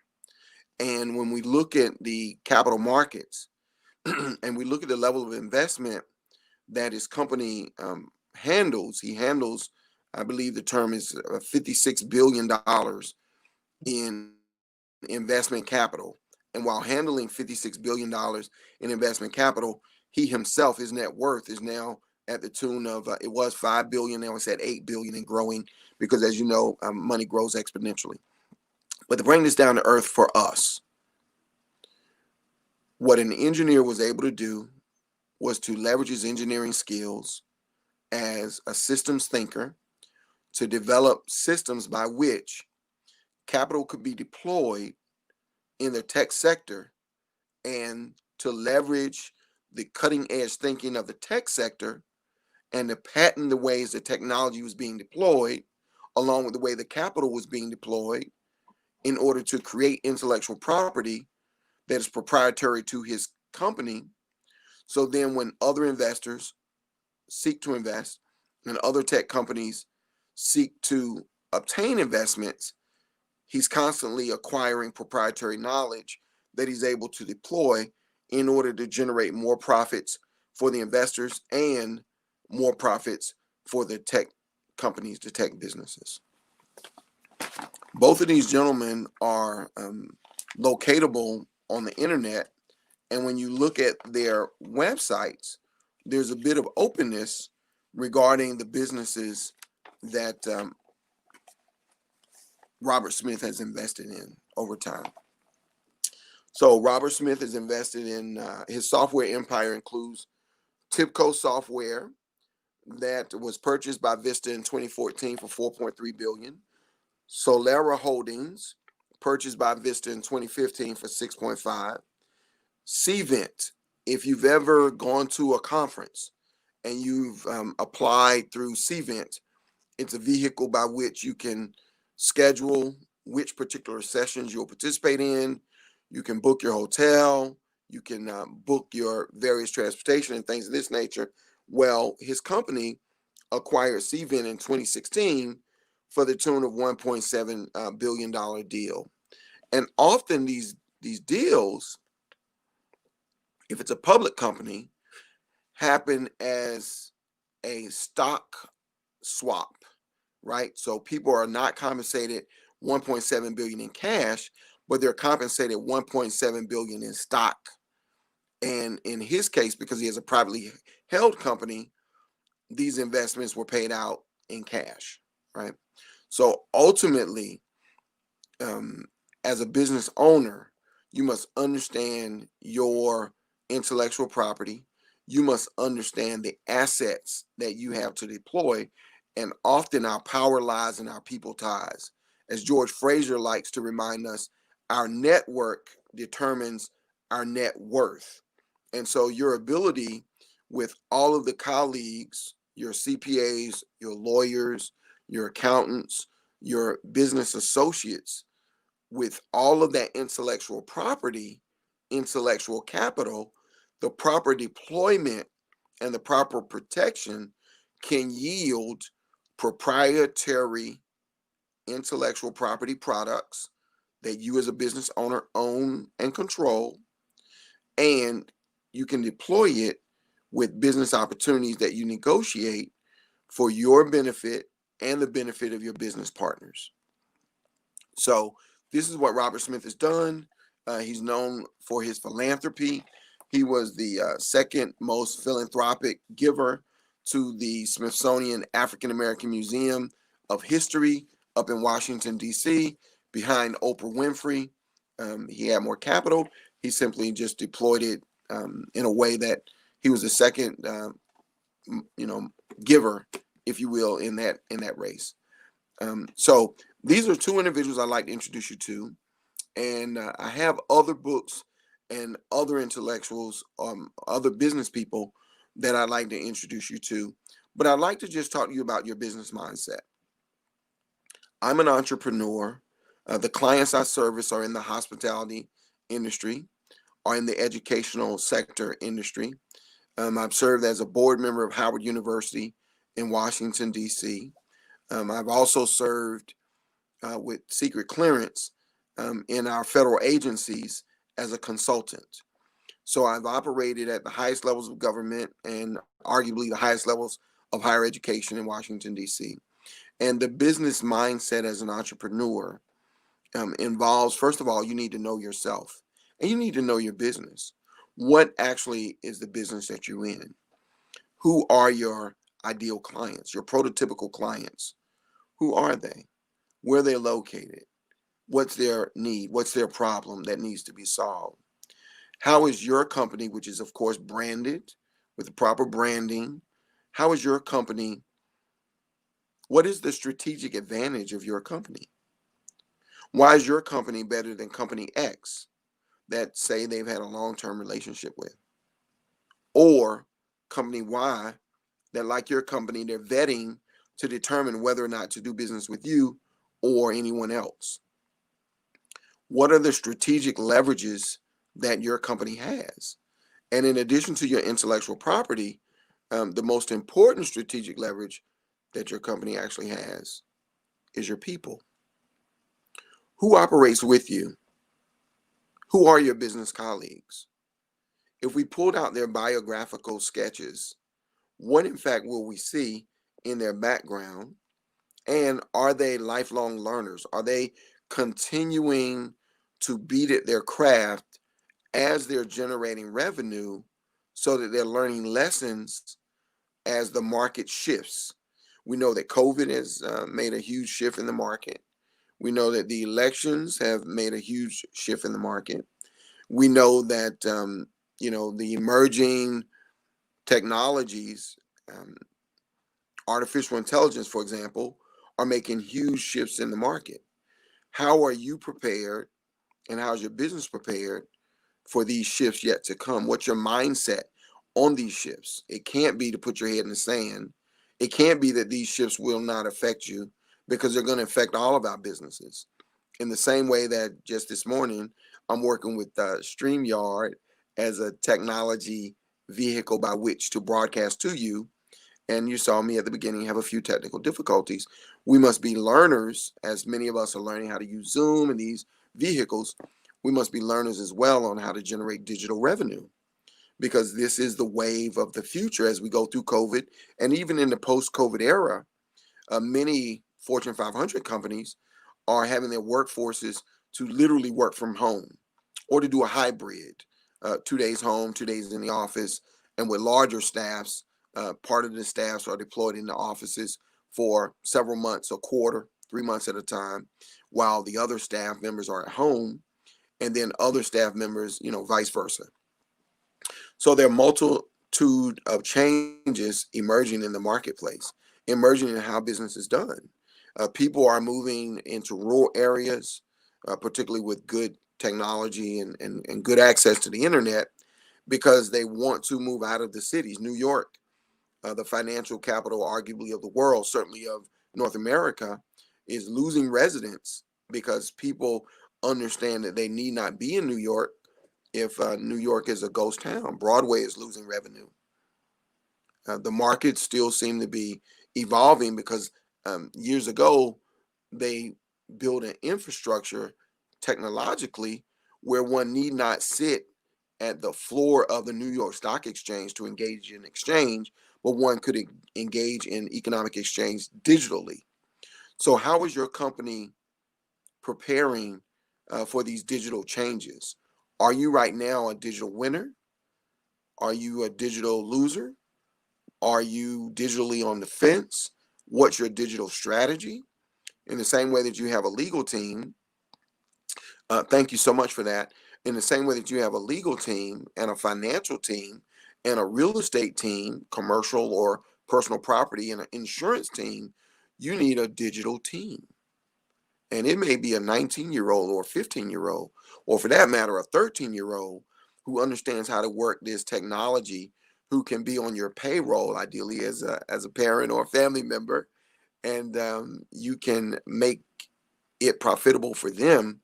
As we know in other cultures, when people employ their own family members or young people, these young people need not have a work permit. I think in the state of North Carolina, you need to be 15 and a half, 16 years old to obtain a work permit, right, by federal statute. But we know as entrepreneurs, as business owners, that we should expose our children earlier to generating profit. The look on a child's face when an adult who is not related to them, who is not a parent or a loved one, puts currency, money in their hand, you got to experience that. I know my children loved it. We teach our children how to sell. And so they create their own products and they sell their own products and they generate revenue. And as a young person, one of the things that's extremely important is spiritual development and character development, but also it's how to survive and generate revenue in a market-driven economy. So back to you and your business. As you are preparing for 2021, as we are closing out the fourth quarter of 2020, we want you to have business success. So we suggest that while this business marathon is taking place, this educational expo marathon that Dr. Eric Kelly has put together, that you take out your pen and pad, that you look at the agenda, and that you look at the soft spots in your business, the areas in which you want to grow, and even the strong spots that are generating profit for you, and how you want to continue to involve those areas, and listen to the speakers that are relevant to your business growth that will be sharing this information with you complimentary. You're receiving a business education, elements in real time from profit driven business owners on this marathon call and in this marathon viewing. So I encourage you to take out your pen and paper, your journal, even if you're able to sit with several of your business associates and to have them to go through this process and to realize what are some of the clues being left behind by the speakers that can be a benefit to you and your business and in order to grow in quarter 2021. I know my hospitality clients, they're preparing for the second quarter of 2021 because we're recognizing that the first quarter of 2021 is going to be rough, just like this quarter. There's a hotel. His name is he's on social media as the hip hop hotel broker, and I was listening to him last night, and we have some shared clients, but he was basically saying there are hotels being sold for sub $1 million, hotels being sold for $250,000, and if you create a syndicate, which is you and others who decide to come together with your revenue, there are assets able to be purchased, businesses able to be purchased. And if you have a long-term view, you know that these businesses are going to bounce back. You know that you can take a loss in terms of on the books. Your accountant should be talking to you about that during this season in order to position yourself to get a federal government rebate check for business losses and to position yourself for business revenue in 2021. Okay, so we just want to share with you the wisdom that we've acquired through the years, both as an entrepreneur and through the years of observing other entrepreneurs and working closely with them. I'm going to dig a little further into my history here because we have about 12 more minutes before our next speaker. And I'm going to share with you a little bit of my background in sales and marketing. So when I was in college, I went to North Carolina State University undergrad, and I attended Howard University graduate school. So I have the balance of an HBCU education and a non-HBCU education, and both are pros and cons. In short, when I was at North Carolina State University and I served as president of the Society of African American Culture, which was the equivalent of the Black Student Union. We were the rebel rousing students on campus. We were the students who called for racial justice during the time that I was there. And I don't want to age myself, but it was during the time of the anti-apartheid movement. Nonetheless, I spent every one of my summers working with a company called the Southwestern Book Company in Nashville, Tennessee. And if you look them up on the internet, they were founded in 1865 at the end of the Civil War. And at that point in Americans' history, that was the southwesternmost part of the continental United States, right? Well, 1865, I stand corrected because the Louisiana Purchase had taken place during the days of Thomas Jefferson, Napoleon Hill. But let's just say that ultimately, this company, the Southwestern Book Company, helped us generate and come in tune with our soft skills, our goal setting skills. What does it mean to set a goal? Our ability to overcome adversity. What does it mean to deal with no? In fact, one of the methodologies they taught us as salespeople to experience no's to get to the yes was Dan Moore, who's now the president, and we still have a relationship. He stood on stage with 30 people with various colored balloons, and he approached the first person, and before he could say his sales speech, they popped the balloon, no, very loudly, and the balloon pop kind of make you jump back. And then the second one, no, and the third one, he got a little closer to his completing the sales pitch, the part where you're going through the close, no. And these no's, you build up a resistance to no. And in essence, psychologically, I'm looking back on it now as a grown man and who's been exposed to psychology. Psychologically, they were preparing us in a safe space to overcome rejection, right? So then when we entered the book field and we were out actually selling books, approaching strangers in a neighborhood, building rapport with strangers, and someone rejected us or rejected our offer, we understood they weren't rejecting us, they were rejecting our offer. Possibly they had a bad day, they just couldn't hear us, something was going on in their own mind, etc. So this ability to deal with rejection, I'm telling you, master it as a business owner. That doesn't mean wallow in rejection. That means address it and move on. And our methodology was, so what next? So what next? The next solution to your problem is behind the next door. The next solution to your business problem is a new business customer, a new business client. And so while we were learning to approach people in their own homes, while we were learning to ask them politely, can we come in and show them our wares? While we were trained to share information in a manner where we were not salespeople, we were show people. We were not selling, we were showing them the benefits of our product for their need. But we had to establish that need. And the only way we established that need was, of course, talking with them, listening to them, hearing them out. So in short, we learned how to sell. We learned the 6 steps of the cycle of selling, which included pre-approach. What do you know about your client before you approach your client? Approach. What is your approach to your client?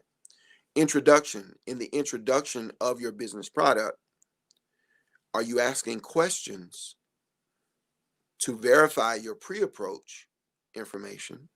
And are you asking questions to make the need noticeable to the potential client of your business before you go into the demonstration of how your product, good, or service will actually solve the problem for this particular client? And in the introduction, you're basically showing them the benefits of the product. It's the sizzle, not the steak. And in showing them the benefits of the product, then you go into the close. And in the close, you have to recognize that when people are over the buying line and when they have left the buying line and now they're in the selling line. When you walk into a mall and you're excited about purchasing, when you go on Amazon or any other online service provided by our Black business owners that are part of this marathon, and you're excited about purchasing, about buying, you're over the buying line. I wonder what they got. I wonder what they got. I'm so excited. I have my credit card ready. But when they keep talking in door-to-door sales, in direct sales, and you won't show them, you're frustrating them. You won't show them what you got because you're discombobulated on your approach, your pre-approach, your approach, your introduction, your demonstration. Then when you go into the close, they've already decided they're not buying anymore because now you're selling them. It's like going into the mall and the salesperson walks up on you. Can I help you? No, I'm just looking. Give me a chance to see what you got. I'm here to help. Let me show you something. For some people that works, but for most people, they don't want to be sold anything. They want to buy. So we went through the steps of closing once, twice, 3 times, 4 times, being pleasantly persistent, and then cash collection. The sale is not a sale until you take the order and you collect the deposit. Ideally, you pay for all or half, all or 2/3, but certainly half. And in our instance, when it was half or more, it was considered a solid sale. And we would remit the money. That is, you must put the money in the account, not in your pocket.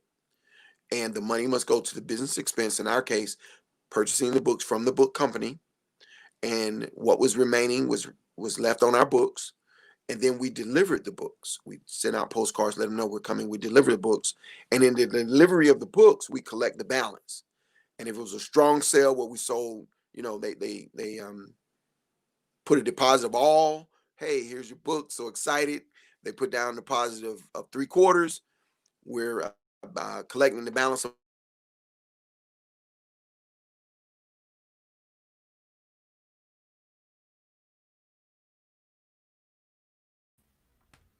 Hello. You know what? The whole Southwestern sales piece was a great piece for Dr. Dennis Rogers. We're going to get ready to move on to our next speaker. And Southwestern Sales School, it was a time, and one of the things that people don't even know, and that is I worked at Southwestern Sales School. I went to Nashville, Tennessee, did the whole Southwestern sales deal, went down to Miami, Florida, and that was my first time in Miami, Florida, and we had a team of about 7 people in my car. I had a car. We drove to Tennessee. We drove to Miami. And then once we got to Miami, we sold books. But one of the things I learned during that time was, selling was a great way of living. We hear all the time that people say, I'm not a salesman. But you're selling somebody today on who you are, what you do, and how you do it. So with that being said, this is a historical moment in time, and we want you to understand that the Black Business Olympics is real, and we're glad that you're at the Black Business Olympics. You can go to the website, BBE. Go to the website. We are broadcasting live on the website. We're broadcasting live on Twitter, YouTube, and of course on Facebook. And you know what? All of this is free. I want you to bring that in your mind for a moment. We're doing all this on free platforms. Yeah, they're probably going to shut us down sometime, but right now we're getting it, we're making it happen. And next up is a young lady who does great work. She's going to talk about the ABCs of starting your own business. And when you talk about the ABCs, that's like the 1, 2, 3s. 1, 2, 3, ABC. As we get ready to continue, and even though Dennis said it was a marathon, I'm saying this is an Olympics. And we're going to do all we can to keep you engaged all day long. And right now, take it away, Latasha Best Gaddy. All right. Thank you, Eric, for that introduction. And it is a pleasure to be with you for the Black Business Expo Olympics. So we have a great week of exciting seminars and presentations for you. Today, we're going to be talking about the ABCs of starting a business. And Mark, if you can bring the PowerPoint up for me, I greatly appreciate it. Thank you, sir. And so as we talk in terms of the ABCs of starting a business, keep in mind this is everything you need steps to do. And so, as we talk through these steps, we want everyone to be able to be successful in those, and we want you to have a successful business. And so, that's what we're going to be able to share today. Check that out. All right. So of course, we're going to go from A to Z, and I bet you didn't even know that there was alphabets in starting a business. But we're going to go from A to Z and talk about some updated 2020 things. So before we do that, just want to share a little bit about me and who I am. First and foremost, I am a mom of two teenage entrepreneurs. So I am the mom manager, the momager, the mompreneur, and all of that. I am a native of North Carolina. I am an alum of North Carolina Central University, and I am most proud of being able to share information with so many entrepreneurs throughout my career. So when you first start with the A, so there are two key A's. First, you want to ask questions, and then you want to make sure you have the right accountant and accounting system. So we're going to talk about that. So what questions, you may say, do you need to ask yourself when you're trying to start a business? Well, first you want to know about you. And I think the prior presenter talked a lot about selling. And so you've got to know how you present yourself, how you sell, how do you ask people to offer your product or service that you may have to, that you're offering. So that goes into, are you a self-starter? Or are you the person who really is sitting back and just saying, I'll wait to see what happens? So being able to really understand who you are. How good are you at making decisions? Being an entrepreneur and owner of your own business, you have to make a lot of decisions. So it is so important for you to understand that you have to be able to make that decision. Good, bad, or indifferent, it is up to you to make that decision. The other thing is, do you have the stamina to run a business? As I was listening to the previous presenter talking about those no's. So it's so important because you're going to hear no. You're going to hear not now. You're going to have a door slam. You're going to hit glass ceiling. So how is your business stamina? Can you persevere? Can you break those glass ceilings? Can you work through the no's? Can you be persistent in that? How well are you organized? Uh, Owning and operating, you're juggling so many things, and then life. So, how are you at organizing? And then, you know, are you able to support yourself financially, your household, and whatever else you may need? So, making sure, and then that you have that financial support. And then the next thing is, what about your other, what I call that business or network support? Do you have family support? And if you don't, do you have other entrepreneur support? It's so important that you have a team working with you and not against you. And is it practical? Are you doing something that is changing the world? Are you doing something that is going to be in demand? It's amazing. I was having some conversations this week. If you think about it, Uber made a has a business model, but they own no cars. You know, DoorDash and all of those kind of food delivery companies have a business model, but they don't own any restaurants. So, do you have something that can change the business model? Will it fill a need? And then understanding what your competition is and being able to really say, what's your unique value proposition over that? And then being able to say, can you deliver? So if you're providing a product, if you're providing a service, can you deliver on that? The next A in the ABCs of starting a business is accounting systems.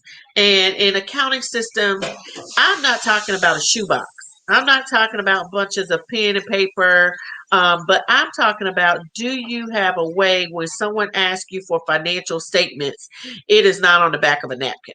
We've got to move away from that napkin theory to I need to have a spreadsheet. And that's at the starting point. So whether it's an Excel, Google Sheets, you need to be able to have some type of accounting system. Um, there's also systems that you can purchase online, like QuickBooks, Wave Accounting, Zero Accounting, Zoho, FreshBooks, and some of them are also free. Now, as the business grows, then you do definitely want to seek what we, and you'll find out later. I call it my business bills team, but you want to seek the advice of an accountant, a CPA, and a bookkeeper. So you want to have that. But in the beginning, I need you to at least start with a spreadsheet.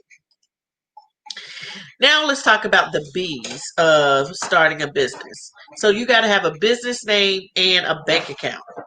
So if you think about this, when you're starting a business, it's almost like birthing a child.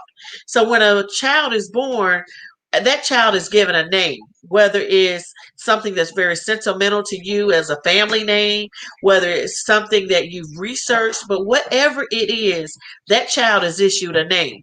So that's the exact same thing that you have to do to this business. You have to give it a name. You need to get a name that has a meaning, it has something for you, but you also need to make sure that you're not infringing on anyone else's name. So it has to be something unique to your business. It has to be something that kind of describes your product or service that you are doing. And so there's some great ways to look at how do you search a name. So if you have an idea of a name, you can do a free trademark search by the U.S. Patent and Trademark Office, uspto.gov. If you're in North Carolina or any other state, you can also do a Secretary of State search in that state that you're in. North Carolina, it is through our Secretary of State, so you can do a search by that. Also, depending on the state or county you're in, there may be a local Register of Deeds search. And then don't forget just a plain old simple internet search. So you can check Google, Bing, Microsoft Explorer. You can check social media handles to make sure that these names are not already taken. So now let's talk about some do's and don'ts real quick. Think about how you're using those names. So of course, you've got the Codfather, right? So it talks about it is a fish and chip shop. Think about how Specs in the City, Specs for eyeglasses, Optician. So you want to be creative. Also think about what it may say if it's something that is negative or derogatory. So you don't want to have a bed and breakfast named Barf, right? People don't think of that as something pleasant, or a bed and breakfast. Uh, Prom discount liquors. You don't want that because prom typically people prom age are not supposed to be drinking. So, or STD contractors, which is a servicing group. STD doesn't give a positive connotation. So you want to think about that in terms of that business name. Next, the second thing we talked about in that B is that business bank account. So when you're thinking about it, it's all about relationships. So that means you've got to have a relationship with a banking institution. Now, there are kind of three main categories of banking institutions. What you see here is some examples of them. But no matter where you are in the US or outside of the US, think about it as there's typically a national or large financial institution that goes anywhere. And some examples of those in North Carolina is like your Wells Fargo, Bank of America, Chase, Fifth Third. There's also local financial institutions here in North Carolina or in the area that I'm in. This is just an example of local financial institutions, but there may be something that's only local in your area. Sometimes they have better relationships and better terms and conditions of their products. And then we have now what we call fintech companies. So these large financial institutions that are technology based, typically online platforms. We saw that they were very beneficial during the beginning of the Paycheck Protection Program as far as lending. They are more amenable to small business, to startups. So some examples of these are like Also, PayPal, Square, and the list can go on and on and on. But this is just a snapshot. So now let's go to the C, capital, right? So you always need a capital plan, or you need to know about money. What is that startup budget? How much do you need? What is the money being used for? So you've got to develop a operating budget for the first year. You've got to be able to then hopefully take that and project out 3 years, and then being able to say, at what point do I break even with my business? At what point will my business be able to pay me? At what point do I need to bring on additional employees? So being able to really work that plan. Also, you have to know, how much money do I have?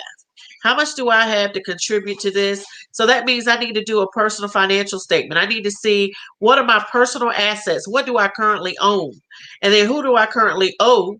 And so that I'll know, how much can I invest in my business? And then what do I need to sustain not only my business, but my household? Because at the end of the day, this is a holistic approach. So we want all entrepreneurs to be whole when they're making decisions to transition into business ownership. Now let's talk about funding opportunities. So when we're talking about funding, we're going to talk a federal, state, and some local levels. Once again, this is going to be a little bit more specific to North Carolina. However, I want you to look at these opportunities in your local region. First and foremost is, how much money do you need? I keep saying that, right? Sources and uses of funds. So, of course, whether you're going to a lender, investor, family, friends, and friendly people, no matter how you're going to get it funding, you need to know how much. I have conversations on a weekly basis with entrepreneurs that tell me, I need money, I need money, I need money. And I said, okay, how much money do you need? And they go silent. So it's important to know, how much money do you need, and be prepared. Okay. So that when the opportunity presents itself, you're ready. We want you to be ready. The next thing is, how will the funds be used? So the second question that anybody's going to ask you is, okay, so you need $10,000. How are you going to use that $10,000? For my entrepreneurs, I get silence. We want you to be able to say, I need $5,000 in equipment, I need $3,000 in working capital, and I need $2,000 in inventory. That's how my $10,000 is going to be spent. Now we've got answers. Now you're in the running for funding opportunities. Now, let's just talk about the truth about grants. We are currently in an unprecedented time as it relates to COVID-19. And everybody is seeing all of these grant opportunities. And typically, they are unique for-profit businesses. Typically, so I say that loosely because typically means not all situations. Grants are for nonprofit businesses or for organizations like colleges, universities, or local government. And then what they do is then provide the services either at a free or nominal or low cost to the target population or to the mission that they're supporting. However, because we're in COVID, because there are some grant opportunities that are currently available to entrepreneurs. However, it's not just free money. So I don't want people thinking that grants is free money. You still have to go through the exact same process, if not a more rigorous process for loans than to get a grant. So keep that in mind in terms of grant opportunities. So let's move on to the I. So I is insurance and industry. So these things are really key. Everybody typically always thinks that when you form your legal structure that you are protected. Well, another layer of protecting is insurance. So having that proper business insurance. So you see kind of on my Wordle several different types of insurance, but typically for a small business starting out, general liability insurance is going to be what you need. You may also need professional liability insurance, depending on the nature and type of business that you are performing. If you have three or more employees, you typically will need workers' compensation insurance. Depending if you're in the construction or janitorial or a business that maybe a financial services, you may need bonding insurance or anything where you're going into a place of business, a place of where, so you may need bonding insurance. If you're in the medical or attorney or any kind of professional services, you may need errors and omissions or malpractice insurance. And then we still got health insurance. You know, if you have a vehicle for your business, there's vehicle insurance. So these are the various type of insurance products that you need for your business when starting a business. So, of course, when you're thinking about business insurance, you want to determine what business property requires insurance. If you're working out of your home, you want to make sure that you don't have to add an additional rider for your home. You want to contact your insurance agent or broker to be able to walk through to make sure that you're getting the right answers. And then you want to make sure, as I said before, liability insurance, especially on vehicles, premises, hazardous products in your business, and consider health and disability insurance for yourself and your employees, and then workers' comp if you have three or more. The other thing is, let's talk about industry analysis. So when you're starting a business, you've got to know what is happening. Is the business growing? Is it steady? Is it slowing down?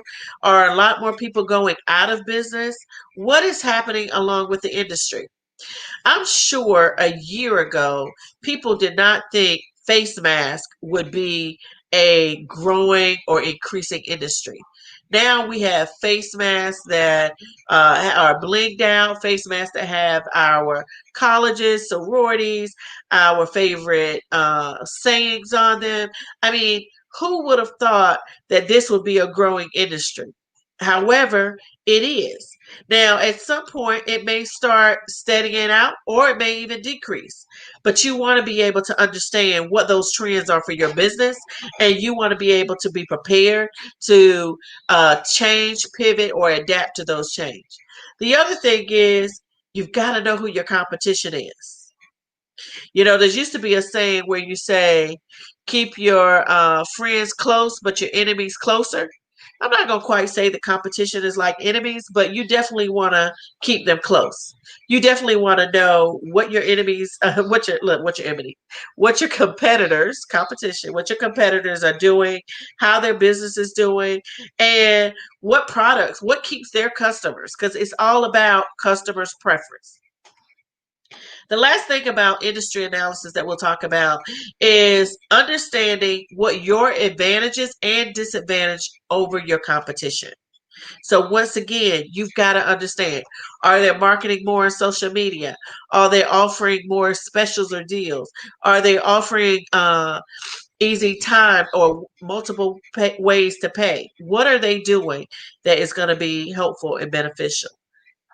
So now let's talk about the L in the ABCs of starting a business. So this is licensing, location, and legal. So these are the three things that we're going to talk about. So let's start with licensing. So that includes any professional trade or license, any home occupation permits, sales tax, health and safety permits, sign permits, construction, anything that you will need for your business. You want to know that in advance. You also want to know if it has a deadline. You want to know if you have to renew. You want to know the cost of it. All of these things go into the ABCs of starting a business. So here's some examples. Once again, I'm in North Carolina, so I'm giving very specific information as it relates to North Carolina. However, there's the same type of resources in your state or region. So in North Carolina, we have Business Link North Carolina, which kind of gives a comprehensive list of all the different type of license. So whether it's electrical, plumbing, whether it's being an attorney, whether it's being a CPA, all of those require very specific and unique skills and licenses. Here in North Carolina, if you're operating as a sole proprietor, you are required to get a certificate of assumed name or a form of doing business as. Uh, Also, we have a lot goes through the North Carolina Secretary of State. It also probably happens for your state if you're in the United States. Everything typically either runs through the Secretary of State's office or Commerce office. So if you're trying to figure out where or what office in your state or your region, start with your state Secretary of State's office or your state's Commerce Department. Uh, and then if some local regions have a home occupation permit to be able to have and occupy a home-based business as well. Next is location. Well, think about it. Today we're in a virtual world. We're in the first ever virtual Olympics Expo. So location is kind of relative as is, so location doesn't necessarily have to be a same place, same time all the time. You can do pop-up locations.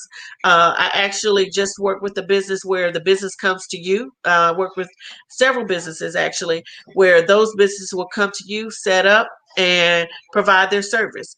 So location, I don't want you to have a one-stop train of thought in terms of that. I want you to be actually creative. So location can be anything. It can be a virtual location. It can be where a physical where you come to the same place same every time and that location is going to be there, as well as it can be you go to your customer. So keep that in mind. Location can be creative. Also, location can be your online sales. So now let's talk about marketing and management.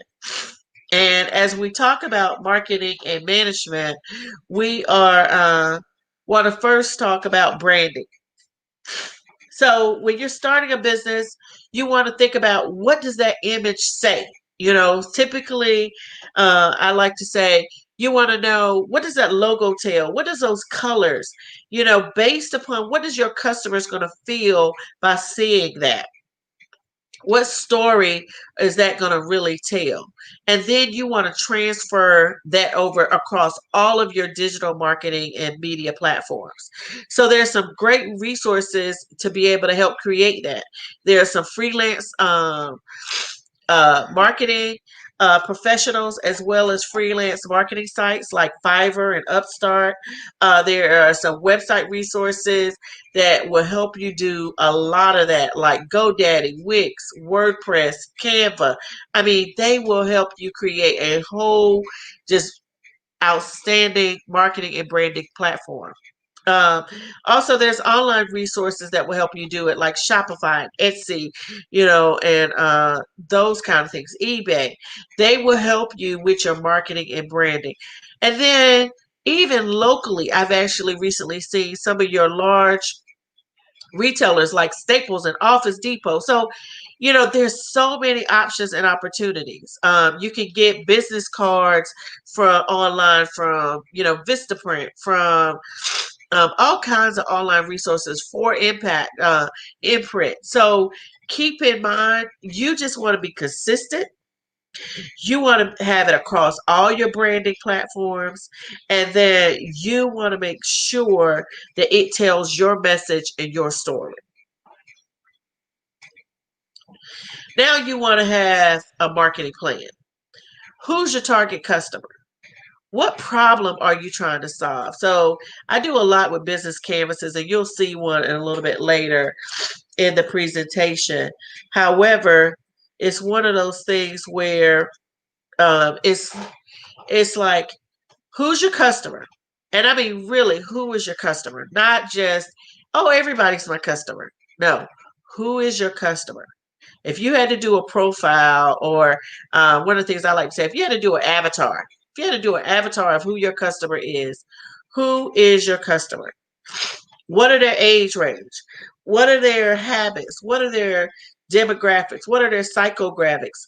What about them that says, I want this product or I want this service and I'm going to spend my money with it? So you want to, and then how much of the market do they make up? So being able to understand that, and then how much are they willing to pay? Because that's that pricing structure, pricing strategy. How much are they willing to pay? And then the other thing is creating a demand for the business. So we're in a supply and demand. That doesn't change. Now our supply chain has been disrupted because of COVID and because of everything. So we have a huge supply chain disruption. However, keep in mind that we definitely have to create a demand for the business. We also have to know how to truly advertise, how to promote it, how to market. So one of the stories I like to tell is you want to be able to market where your customer is. So if you market on the radio, but your customer is not listening to the radio, waste of time and money. Not a good return on investment. If you're marketing the yellow pages where nobody even is delivering the yellow pages, not a good time, not a good use of time and money. You want to market where your customers are. You want to get that business noticed. Management plan. So you want to know who's on your team, whether this is external or external. But who is on your team? And who are some of your key resources? Who are your key allies? Um, and how does their background by profile, even if you don't have your team yet or you don't have your board, go ahead and build their profile. Think about what skill sets you want them to have. Think about how much experience. Think about what task you want them to do, because you can't be everything. So you want to be able to build that team. And then by doing that, what are they going to do? What are they going to be able to accomplish for you? And then being able to have and create that management plan. So the plan. Some people call it the business plan, the plan. I call it a canvas. There's several ways to kind of look at it. So there is a business plan. You can create a business plan. I'm a fan of a business canvas, so I'll probably tend to talk a little bit more. But if you were to create a business plan, this is what it would include. It is typically 5 to 10 page document. It's going to have a cover page, an executive summary. It's a detailed description of your products and services, your strategic growth plan, your industry analysis and competition, your marketing and sales plan, management and operations, the financial plan, and supporting documents. So some of the things that we've already kind of talked about today. Now, here's what I'm a fan of. I'm a fan of the pain-free business plan, which is a canvas. And there are several different types of business canvases. This is just happens to be the one that I use most, but it doesn't mean that any other canvases are not as good. What it does is the exact same thing that is on a business plan. However, it's on one sheet. Okay. The other thing about it is it gets to the meat and potatoes. You don't have, sometimes in the business plan, people just put information just to make it look like you have this complete document. It's sort of like when you were in school and you just wanted to get to the word count. This is for you to really operate. This type of plan and a canvas is really for you to really see what works, what am I anticipating to happen? Based upon that, did I try it out? Based upon me trying it out, what worked and what didn't work? And then how do I start this cycle again? What do I anticipate to happen? Based upon that, what was the status or outcome? If it worked, keep doing it. If it didn't work, stop it, start something else. You can do all of that, and you need a plan of action for that. And you can do all of that with this pain-free business plan or canvas. So now let's talk about structure. And these are the different types of legal structures for a business. So I kind of like to bring them into side hustle or main hustle. Also, I think either Wednesday I'll be doing a presentation on side hustle versus main hustle. So you think about a sole proprietorship or a general partnership, everything starts and stops with you. And everything is really based upon you. So this is really, even though it is a legal structure, it is more on, it's not as formal. So I like to call it my side hustle. Sole proprietor is one is owned and operated by one person, you are still filing taxes on your personal tax returns to report that income. General partnership, two or more people jointly own and operate the business. I always recommend a partnership agreement just because while things are going well, you're able to really see and put what you can and how disagreements, how things are going to be dissolved in terms of the business. Corporation. Now, corporation, liability, corporation, nonprofits, those I consider those on my main hustle because this is filing something formally, typically with your Secretary of State's office again. By doing that, then this is now the business has its own kind of identity and a little more separated from you as the owner. It still connects the two, but there is still a little more separation. And so, of course, all the rules, depending on what state you're in, you want to follow the filing and rules and regulations for that state.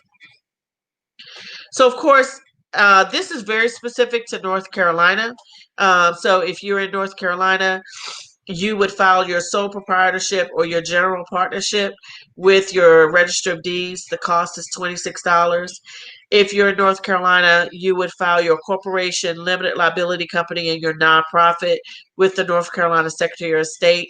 It is a one-time filing fee of $125, an annual fee, as you'll see on the screen. The other thing is you also need, or I would encourage you to get a employer identification number, sort of like your social security number for the business. These are like your business birth certificate if you think about it. And so that is free of charge. You get it from the IRS website and you'll get it the same day. So now let's talk taxes, and I will so if you have questions while you're in this live, please put them in the chat, and when we get to the end, I'll be able to answer any questions that you may have. So let's get into the taxes. So taxes and record keeping, I kind of put together. So hopefully you see my shoebox. Of receipts. I do not want you to do a shoebox of receipts. Do not do this. Okay, I put it there because that's what most people do. They have a shoebox of receipts, you put them in there. Now, what you can do with those receipts, take them, scan them, now have them somewhere electronically. And the reason why I'm saying this is because, and I don't know why, but if you think about it, these receipts, the ink on them, anything can happen. It can get wet. The ink can dry out. You won't see it. You won't know what the receipt was for. It's not categorized. So you want to be able to just have it, scan it, have it electronically, period. You want to set up a record keeping system. So we talked about that earlier, whether it's Excel, whether it's using some type of accounting system. You want to be able to connect and follow all of the IRS guidelines and the publications on that as well. So, of course, the other thing about taxes is you get to deduct. I was looking at, I think her name is Lynn Richards, and she talked about everybody needs to start a home-based business. She does this great YouTube video she has out on everybody needs to start a home-based business. And the reason why is tax deductions. You leaving money on the table. So if you're doing it as a side hustle and thinking that you don't want to report the taxes, look, you can report the income. Don't forget your tax deductions. Okay. So here are just a few. There's probably 450 so tax deductions that an entrepreneur can take. Don't leave money on the table.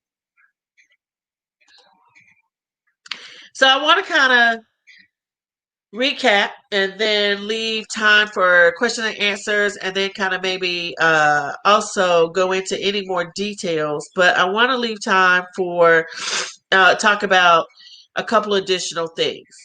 So first and foremost, the ABCs. I want to kind of recap some of this for you. So when you're thinking about the ABCs of starting a business, the first step is you got to have a product or idea. You got to have something, a product, a service, something that you're good at.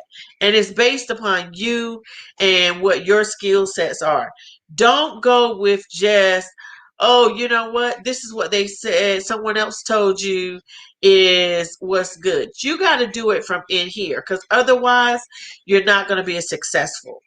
So figuring out where your skills, your talents, your abilities are, and then what can turn that into a business idea. Okay. So being able to do that. Step two, develop that business name. You know, everything has to have a name. So make sure you name the business. Step three, decide on a legal structure.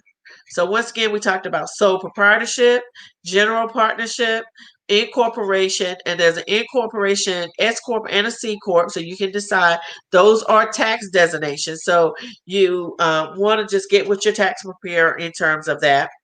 Also, the employer identification number, which is part of the legal structure process. It's just through the IRS. So if you think about the legal structure is your business birth certificate, the EIN is your business social security number. You want to establish that business bank account. I can't stress that enough. You want to keep your business and your personal finances separate. Do not merge the two. Don't blend those. You want to operate so that you can really take advantage of all the perks. Next, you want to have some sort of business accounting system. Not my shoebox method, not those box of receipts. So you want to have a formalized accounting system and process. You want to make sure you have the right type of business insurance. So you want to make sure that you have the insurances that you need for your business. Um, and then you've got to create that marketing and branding strategy. You want to be able to know who your customers are, what's happening in the industry, who your competitors are, how well they're doing, so that you can then be able to create your own marketing and branding strategy. And don't rely on social media for everything.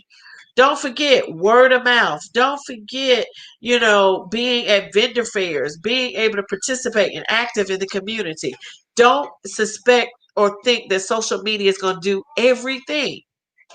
And then you got to generate income. You got to get out here and try it. So you've got, I call it testing the market.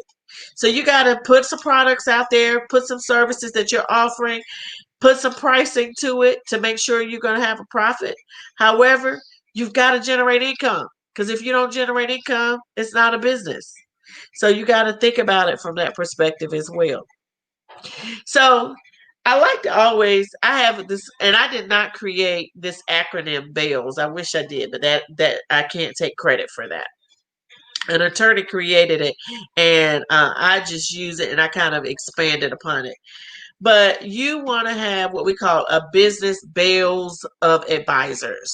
Now, when you think about bail or bail bondsman, a bail bondsman is a person that will bail you out if you got into any criminal trouble. Well, I want you to think about if your business got into any business trouble, who would bail your business out? Here's my bails team. You need a business banker, someone that understands the type of account you have, understands the type of transactions you're doing, understands what is going on with your business, your industry, knows if it's seasonal or not, and that can really help you put a business strategy together.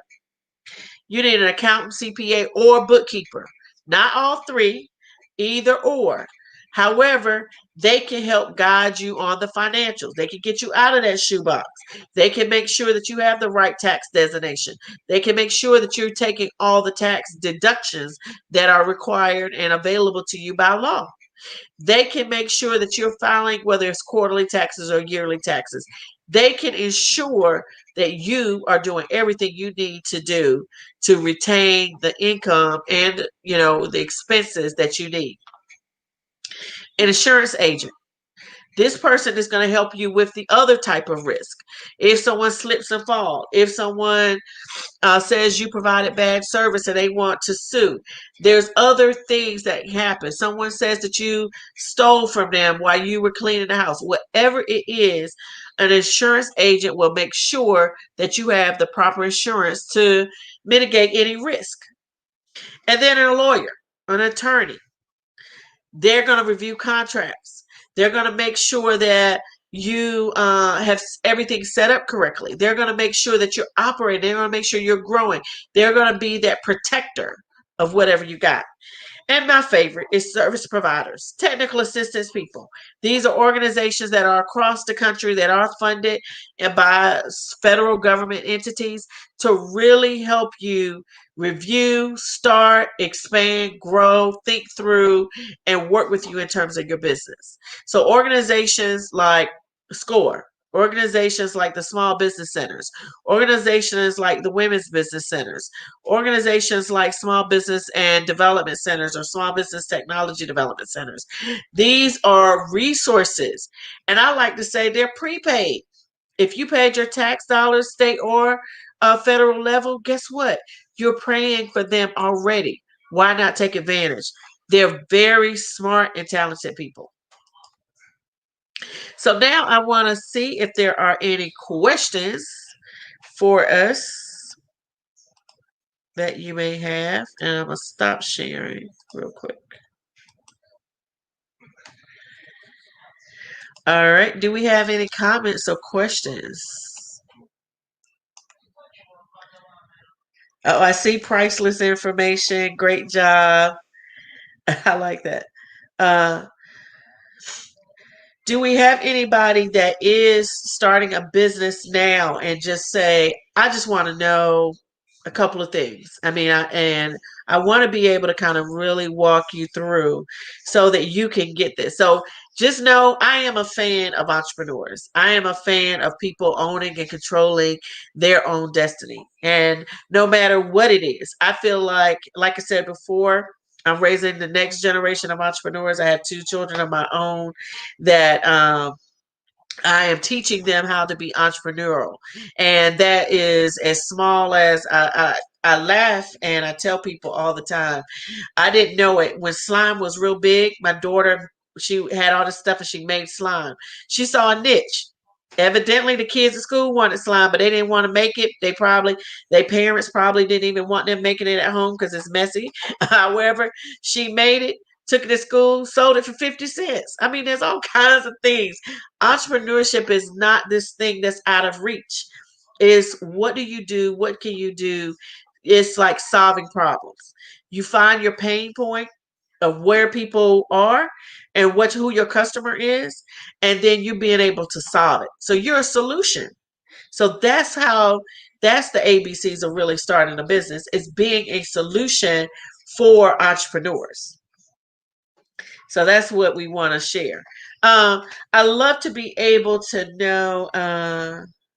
Let's see here. Just seeing if there's any questions or comments from anyone. So a couple of other things that I'll share with you.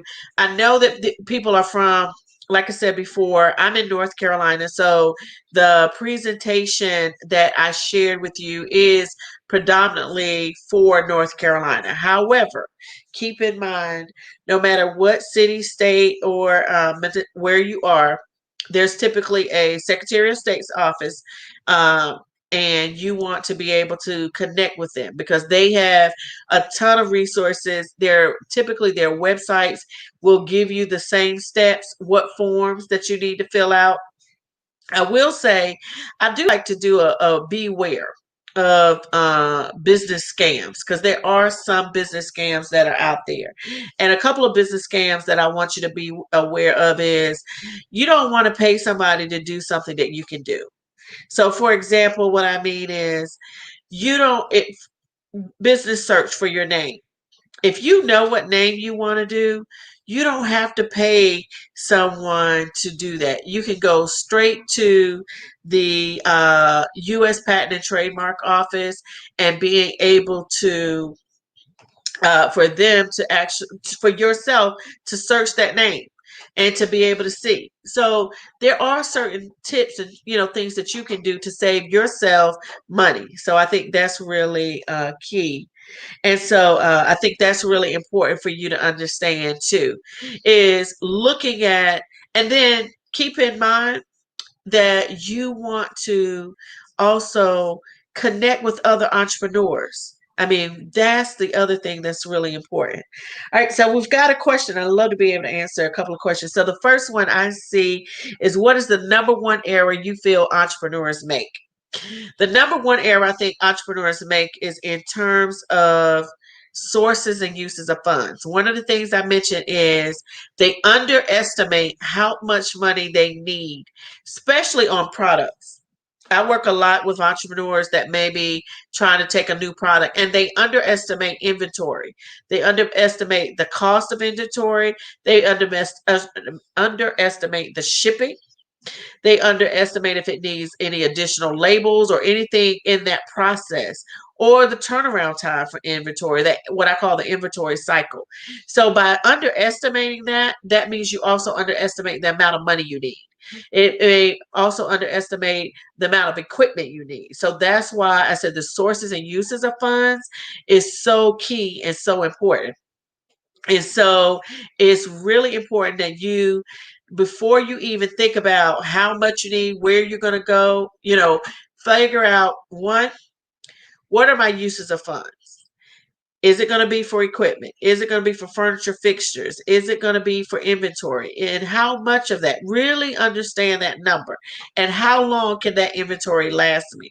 Because your business may take off. Like, for example, I said earlier, face mask.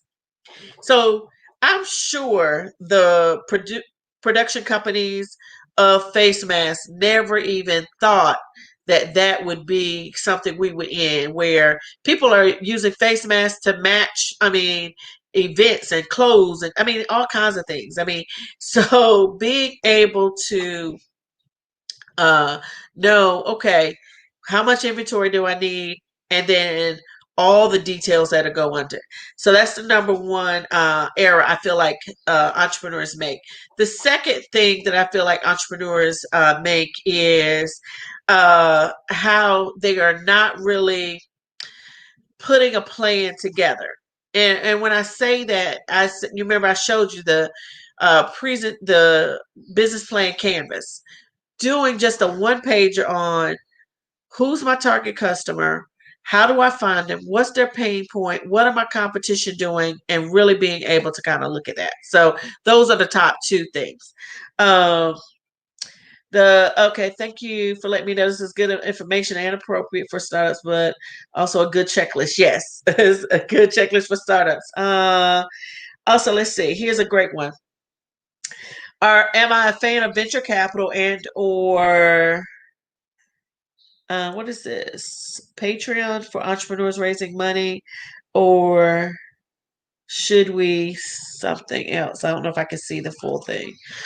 Um, well, let me just say, let's talk about funding. So this is an important piece here in terms of, let me just talk about funding. So I say funding comes from, I start with the 3 F's, which is family, friends, and friendly people. First and foremost, before you even get to family, friends, and friendly people, you've got to invest your own money. So you've got to invest your own equity into the business. So you've got to know, how much do you have to invest in the business? So first and foremost. Second is family, friends, and friendly people. So everybody can understand family and friends, but let's talk about friendly people. There are a number of crowdfunding platforms out here. Those are your friendly people. Like when I say friendly people, because guess what? Your friendly people, they already want to figure out something. They may have disposable money. So they want to invest in something. Now there's something you got to do for it, and there may be something you have to provide in return, but there are a ton of great crowdfunding platforms. So I do a lot with women. So one of the platforms that I always recommend to women is I Fund Women. There's also Indiegogo, Kickstarter. So there are some great crowdfunding platforms out there, but you've got to make sure you find the best one for you. You got to know what the fees are. There's always something that you've got to be mindful of. But don't forget the friendly people. Also, Kiva. Kiva is another great resource that we're seeing that I definitely recommend. Now, I'm not recommending anything that I think is predatory. I'm not going to recommend anything that I think is going to take advantage of businesses from a terms of, I'm not a fan of factoring accounts receivables.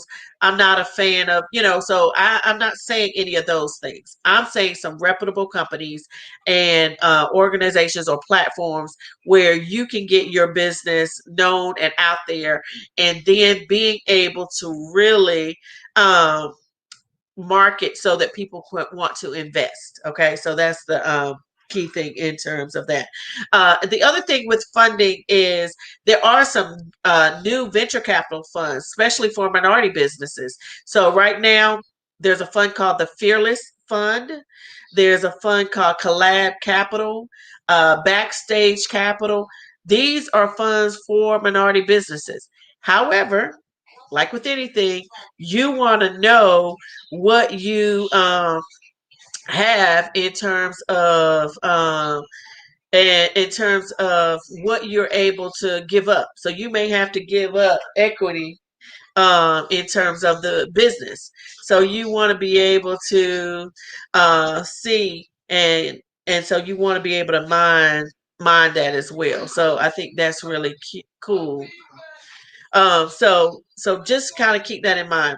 The next thing in funding is that you want to do, that you want to be mindful of, is making sure you're prepared, but also knowing what leveraging money. So if you do have money, don't forget to leverage that money. So it's easier to obtain money when you have money. When you run out of your money, then it makes it a little bit more difficult. So you want to be able to leverage that. So those are kind of just my funding resources and tips. I want to kind of get some of these because I see my time is going fast. Great question. Oh, this is a great one. I love this one. What resources would you suggest to organize bills, receipts, profits, mileage, income, and outcome? Great question. There's a couple of apps for that, or organizations. There's actually a company based here in North Carolina called Shoeboxed. So what you do is you take your receipts, you can send them in, and then they'll organize them and then have it in electronic format for you to access. So I'm a fan of a scanner. So if you buy the copy print, when you're buying a copy or a printer, make sure it has a scanner to it. Scan those documents in and then organize it. There's actually some really great apps out there that will track your miles and being able to really keep up with that as well. So really look at that, and then and you'll be able to keep up with your bills, receipts, mileage. I'm also a fan of things that integrate. So if your banking system needs to integrate with your accounting system needs to integrate with your booking system or with your products. So you need to have a clean integration system with everything so that it is seamless. So that's the other tip that I have for that. Let's see. Oh, how do you trademark? Great question. So there's go to USPTO, US Patent Trademark Office.gov, and it has the process to trademark your product and service. Also, you can go to the exact same website for copyrights as well. So uspto.gov. Those are great resources for your site as well. Other questions? We're actually it's running out of time, so I just want to make sure I answer questions. I left time in the presentation to be able to answer questions. But USPTO is a great opportunity as well. Let's see. All right. Any other questions? We've got about 6 more minutes, so I want to be able. Also, I think a person asked about income and expenses or income and outcome. So Excel, I have, there's a bunch of great Excel templates.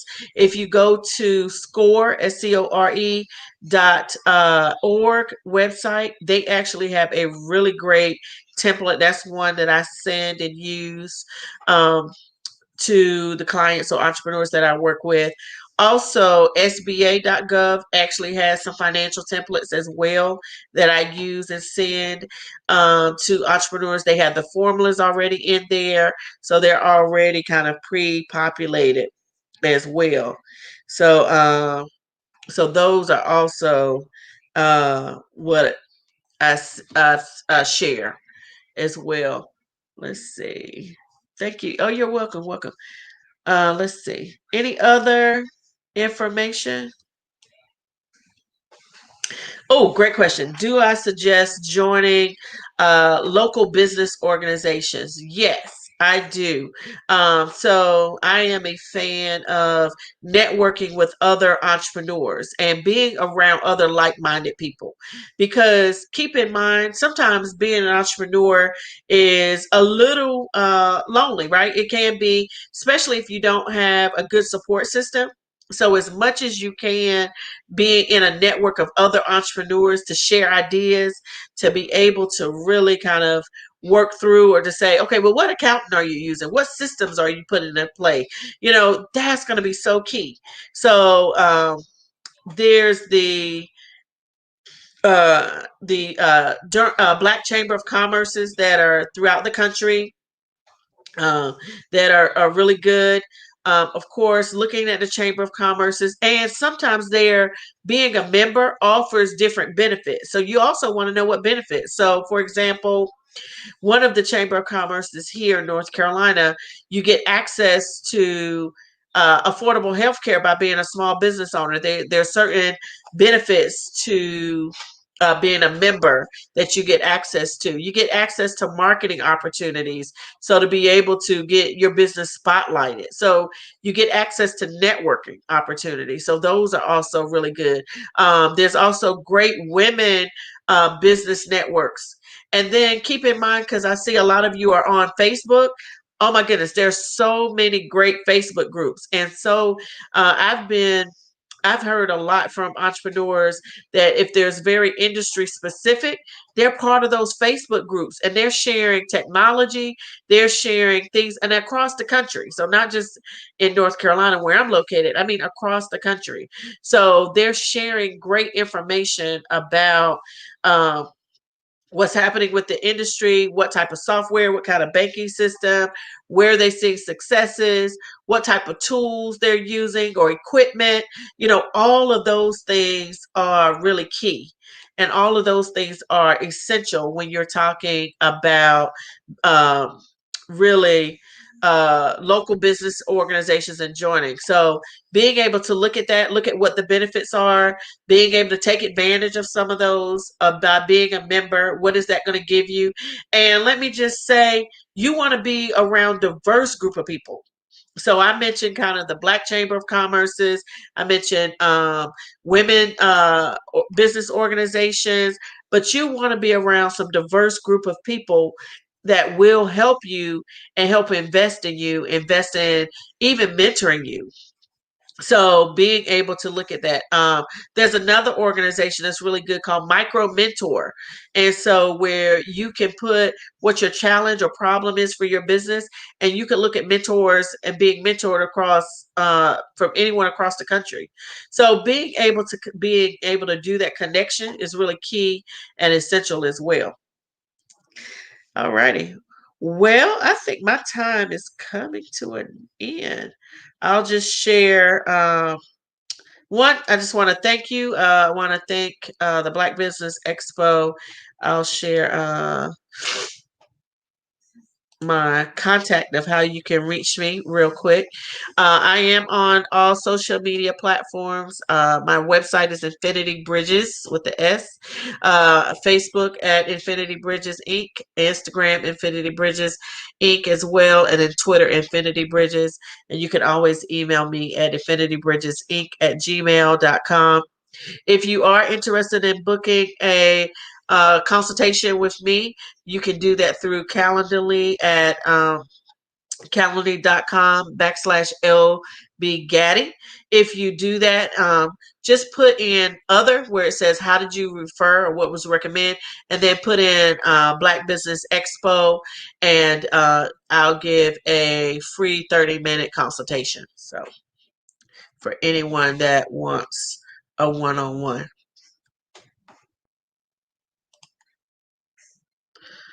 All right. Any all Yes, right. indeed. Yes, indeed. Hey, how you doing? I'm good. How did you enjoy your talk this morning? Oh, I thought it went really well. Well, we want to thank you so very much. We look to all the great things that you continue to do, and we'll have you back again. So I'm pretty sure later on in the week. Great job, and I'm gonna move on to the next person. I'm 1 minute out, and when I get 1 minute out, I get the itching just a little bit. I want to say to all of you who are tuned in, this has been a great day. We're doing history here. The Black Business Network, the Black Business Channel, 24 hours of pure business, 7 days a week. Join in. Tell your friends, tell your family to join in. We're going to do it for 7 days a week, but we're going to do it for 24 hours. Tune in and turn it on. And right now, I want to turn it over to the lady. They call her the pitch maker. They call her the pitcher. They call her the lady that has the plan to make it happen for you. The perfect pitch, none other than Precious Williams. And let's take it over. And here she is live from New York City. Hello, Precious. Hi. Good morning. We know that you're ready to go, but before you start, I want you to let the people know all the great things that you've done and give them the information for how they can contact you. And this is going to be interactive, so I'm going to tell everybody, put them questions on Precious, because Precious said, I don't have to be ready. I'm always ready. I don't have to get ready. I'm always ready. You know, a great day. I'm going to give you your time. It's 11 o'clock. Goodbye. Hi. Ladies, raise your hands if you want to be a bad bitch with the power pitch. Don't be afraid. Fellas, raise your hands if you want to be a bad man with a master pitching plan. Don't be afraid. My name is Precious Williams, and I am the proud founder and CEO of Perfect Pitches by Precious. And I literally am called the Killer Pitchmaster. Why? Because I'm here to help you slay all competition. Not only am I a 13-time national elevator pitch champion, yes, you heard me right. I'm a 13-time national elevator pitch champion. I have appeared on Shark Tank, yes, as an actual participant and coach. I've been on CNN, Wall Street Journal, Forbes magazine, CNN, movies, documentaries, everything you can think of when it comes to pitching. In fact, I'm the 2-time #1 best-selling author of Bad Bitches and Power Pitches for Women Entrepreneurs and Speakers Only, which was reviewed by Forbes magazine. I've had a billboard in Times Square. I've been a talk show host, a serial entrepreneur, and an international professional speaker. Some of my current clients include LinkedIn, Google, Microsoft, LinkedIn, Google, Microsoft, NBC, Universal, Federal Reserve Bank. Now, I bet you're wondering, how does a little black girl like me from the inner city of St. Louis, Missouri, and yes, you do hear an accent, I'm from St. Louis, Missouri, get to all the way to New York City to be on shows and networks and everything? It's through the power of pitching. And so for some of you, this is going to be an education. You've never heard of pitching before. So I want to lay out to you what is pitching. And in fact, you do it every day. You do it each and every day. So pitching, if you're an entrepreneur, if you're a speaker, if you're aspiring to be either one of those, I want you to put in the comments. I want you to put in the comments either you're a speaker or an entrepreneur. I want to know that I'm speaking to the right people. I want you to know that I come from very, very little. I come from very, very humble beginnings. So before I was on sound stages, before I was on sets, before I was in Milan, Italy, Halifax, Nova Scotia, Australia, and all these things, I was just a little girl from St. Louis, Missouri that no one believed in, that I was always told I wasn't good enough, I wasn't pretty enough, I wasn't all of these things. But I had a unique talent, and that was the gift of speech. So today, this is going to be talking about pitching, where it can take you. And as entrepreneurs and as speakers, I want you all to get what I'm telling you, because I'm going to give it to you real. I'm going to give it to you raw. So I want to see in the comments if you are a speaker and if you are an entrepreneur. I want to see that in the comments. Also, let me know that y'all are ready, because I'm one of those speakers that I come with a lot of energy, and I'm coming for you. I'm not here to bore you. I'm here to what? Get it popping in these streets. So why is pitching so essential? Why? Now, I want to know who's ready to get those investor dollars to get their companies off the ground? Who's a speaker who's tired of being offered only free speaking engagements and is ready to get paid and is ready to take their message to the next level? Who wants to get on the same stages as Tony Robbins, Elisa Nichols, or Les Brown? Yes, I have done it, and no, I didn't pay any money to get there. It's through the power of my pitch. Do you hear me? Who wants to get up at networking events and actually have a type of pitch in that 30 seconds or 1 minute that has people like, yo, can I get that business card? How can I get in contact with you? If those are you, great. And if you are interviewing for your next job, in addition to having a revenue stream for your upcoming business, you're in the right place. I am the killer pitch master, here to help you what? Slay all competition. And the reason why I'm so animated about what I do is because not too many people in the world do what I do. Not too many people can go on Shark Tank and have I had a private audition for Shark Tank. I never stood in line. I never did any of those things. They came to me. Why? Because I've already coached 5 people who've appeared on Shark Tank. So when you get known in your area and in your zone of genius, people will come to you. In fact, right now I have 2 television networks vying for me for a show. If you don't believe me, y'all, check me out. My website is www.perfectpitchesbyprecious.com. Again, that's www.perfectpitchesbyprecious.com. So you can look me up. If you really want to see if I'm really all that I say I am, go and check me out. Also, I'm on LinkedIn. I am Precious L. Williams, killer pitchmaster on LinkedIn. In fact, I'm a LinkedIn content creator with my own show called Keeping It Real with a Killer Pitchmaster. On Instagram, I am at Perfect Pitches P. On Twitter, I am at Perfect Pitch P. And on Facebook, I'm at Perfect Pitch P. And if you want to check out my YouTube to see some free tips, tricks, and techniques for giving the perfect pitch or the killer pitch that helps you slay all competition, go on YouTube and look under Precious L. Williams. In all of those, you will get a fever for the flavor of why they call me the killer pitch master. And so now that we have that all out of the way, that is my contact information. I will tell it to you again at the very end.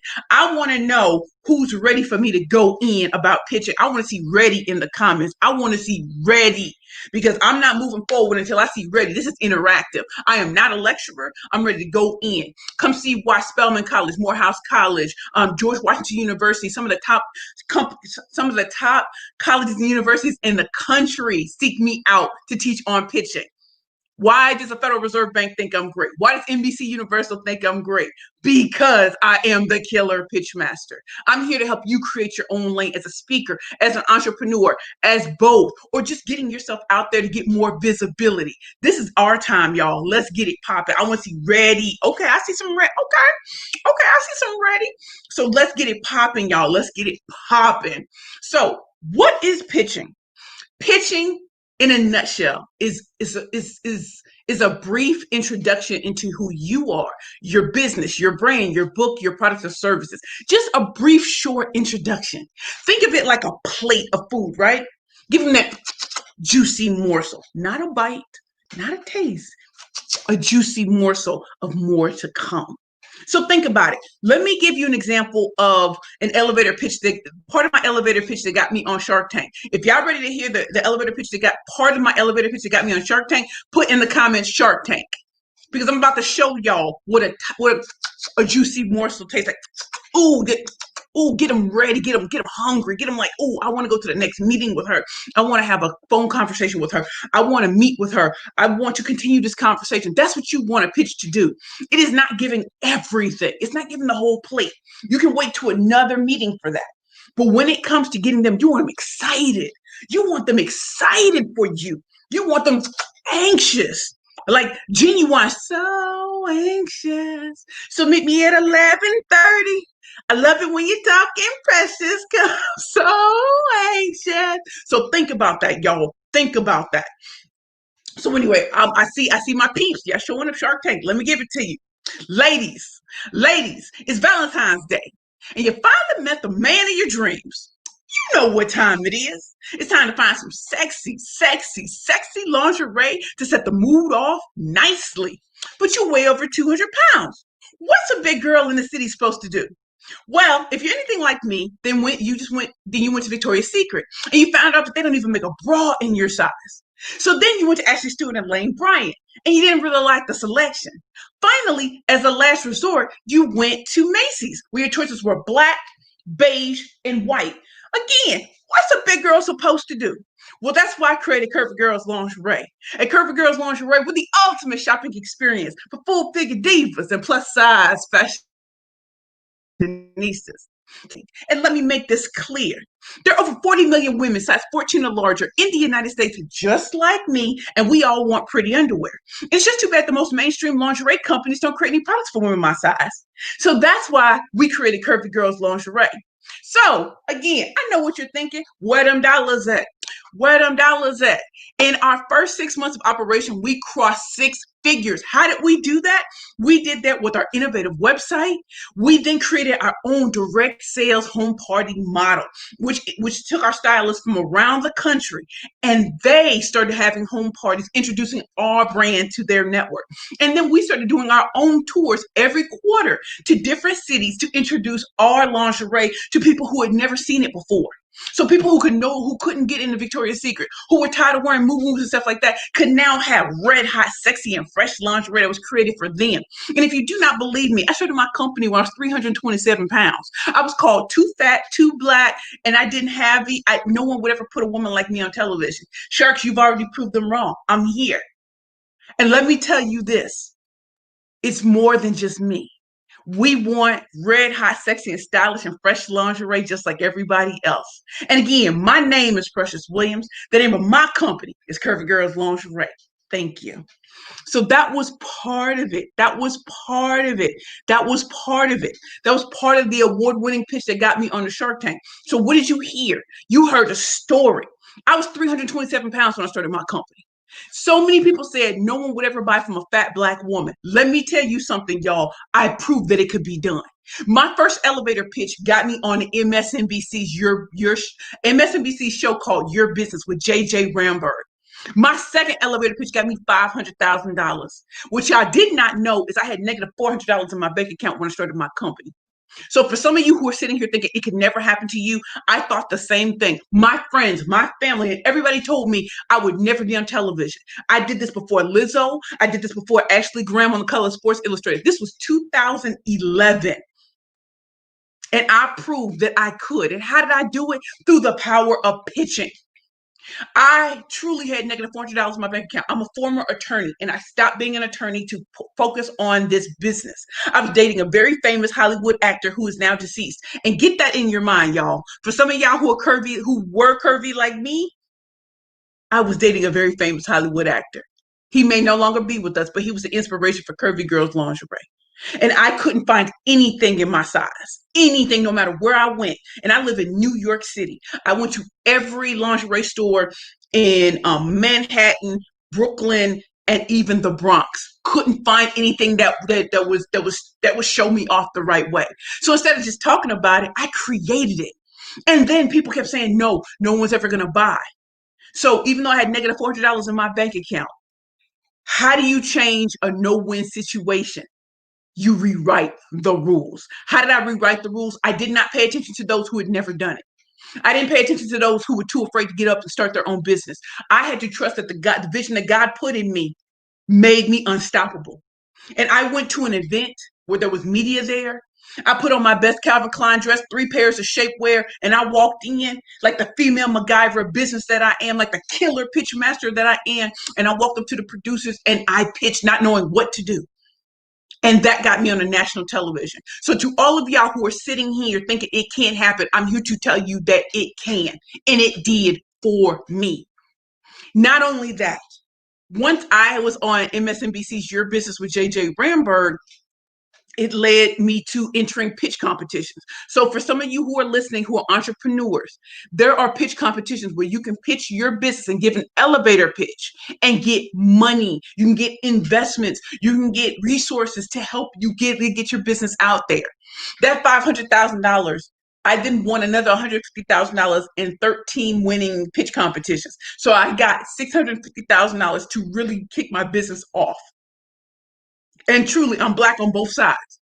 I'm not light skinned. I don't have green eyes. I don't have six pack abs. I don't look like anybody else. But through the power of pitching, that's how I did it.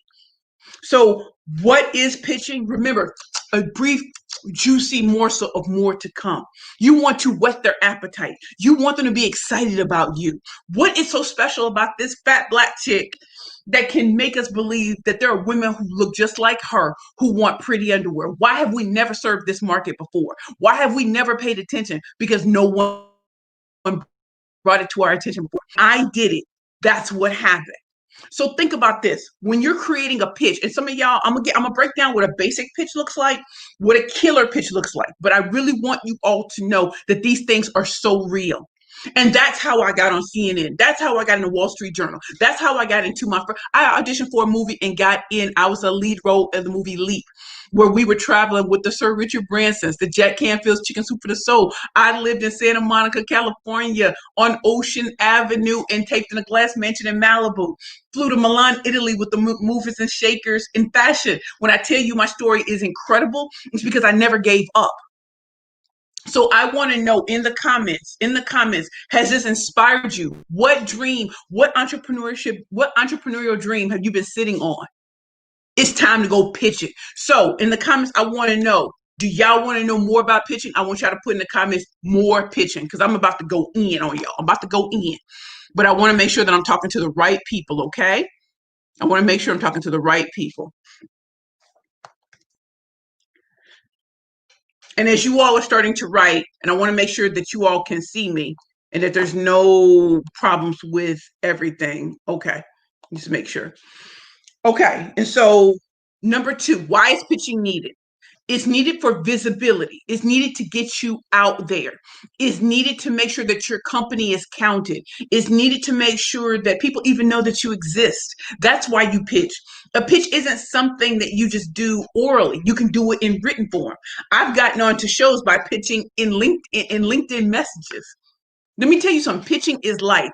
Think about pitching like this. Remember how you're talking to your girl about that no good dude you've been dating, or that no good girl you've been dating, that job you hate, that job you love? That's pitching. You're getting someone interested in what it is that you like, what it is you don't like. You want them interested in you. So think about it from that perspective. Every time you open your mouth and you're talking about something in your background, your past, your business, whatever, you're pitching. If you're at an interview and they're asking you questions, you're pitching yourself to get them interested in you. So remember, pitching is life. You just didn't know it before. So we do pitching, whether it's for investments, whether it's to get speaking gigs and opportunities, whether it's to get your network interested in you to buy your books, your products and services. You use it for interviewing. You use it in a variety of ways. And I'm here to show you how to do it. And so this is just an overview. Oh, it gets really, really, really, really, really, really, really, really, really deep. Okay. So the different types of pitching. And I want to make sure that I clarify this, because people just think pitching is just for investments, but it's not. You have your networking pitch, which is called an elevator pitch. That's 30 to 60 to maybe even 90 seconds that you're talking about your business and getting them interested in your business or wanting to hire you. You have your investment pitch. That's if you're looking to grow your business and you're looking for investors to come on and to invest money into your company so that it can grow even more rapidly. You might have 5 to 10 minutes, sometimes longer, to be with an investor. So you want to have a pitch deck involved too. So as you're speaking, you want to have something for them to look at. Then you have your interview pitch. So when you're in interviews and you're interviewing for the job of your dreams, or just a job that you want in the right now, when they start asking you questions about, tell us a little bit more about yourself. That's a pitch. And you want to have something prepared, but come off conversationally. You want them to remember you, to place you above everyone else. If you've got an interview, you can do the job. But what do you bring to the table that they have never heard before? What fun facts can you put out about yourself? What are things that they would be shocked to know about you?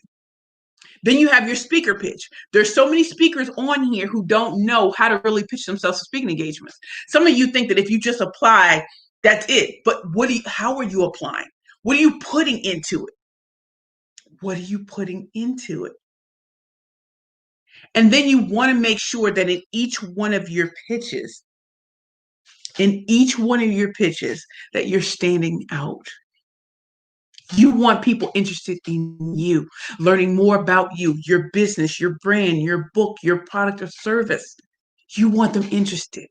So I definitely want you all to hear what I'm saying. And please start asking me questions in the comments. I'm one of those that I thrive on interactivity.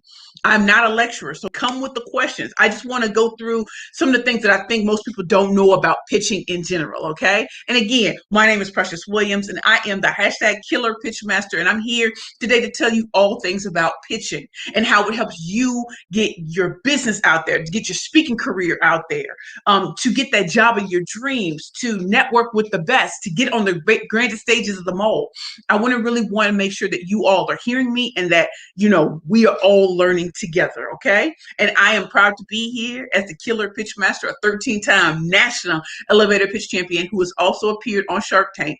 And I slayed the sharks. Oh, I slayed them. So again, we've already talked about what is pitching. We talked about why it's needed. We talked about the types of pitching. So let's talk about where pitching can take you. Now, I know I've talked a lot about, being on shows, me being in different movies and documentaries. That's great. That might not be what you want. Maybe you want to be in the background and only have the right people know who you are. That's fine too. Pitching can take you there. For some of you, you just want to speak and you want to get this message out that people keep telling you no one wants to hear. I come from the inner city of St. Louis, Missouri. I was not wanted by my parents. And that's something that has haunted me all my life. But I knew I had a message because so many people were going through what I was going through. I just didn't know it. So many people have been counted out. So many people have been told you're not good enough, tall enough, pretty enough, cute, been told a whole lot of things. And I'm here to tell you that I'm 41 years old and I'm proud to be 41. I've been through homelessness, severe alcohol addiction. I've been abandoned, abused, mistreated, disrespected. And you know what? I'm still here. And that's why I can get on stage with Tony Robbins. That's why I can get on stage with the Les Browns. That's why I can get on stage with the Lisa Nichols, because I deserve to be there too. I am the Killer Pitch Master. And I talked my way onto stages when I didn't have the money. We have a question from Showbiz 62. How important is it to go to local pitch competitions? Let me tell you, Showbiz 62, it is very important. Why? Because you get to see who's pitching in your area, and you never know who's the investor in the room. That's not saying anything. You never know who's been watching you or who's never heard of you and needs to hear you. So when you go to local pitch competitions, whether they're virtual or in person, when that comes back, you want to start going because you get to know the movers and the shakers in your community. You'll get to see who never says anything, but you start to look them up on LinkedIn. You're like, oh, okay, I need to get to know that person. How do I pitch to that person? How do I, when I see them at the next event, how do I approach them now that I know their background? You get to do the research on people. So it's very important to go to local pitch competitions. And again, I started off doing national, but I go to local competitions still to this day because you never know who's going to blow up from them. You never know. And it's your chance to see who's going to be great before anybody knows it just yet. So Showbiz 62, I hope I answered your question. Please you don't have to go to everyone, but make it your mission to go and check things out, okay? Great. So does anybody want to know the basics of an elevator pitch?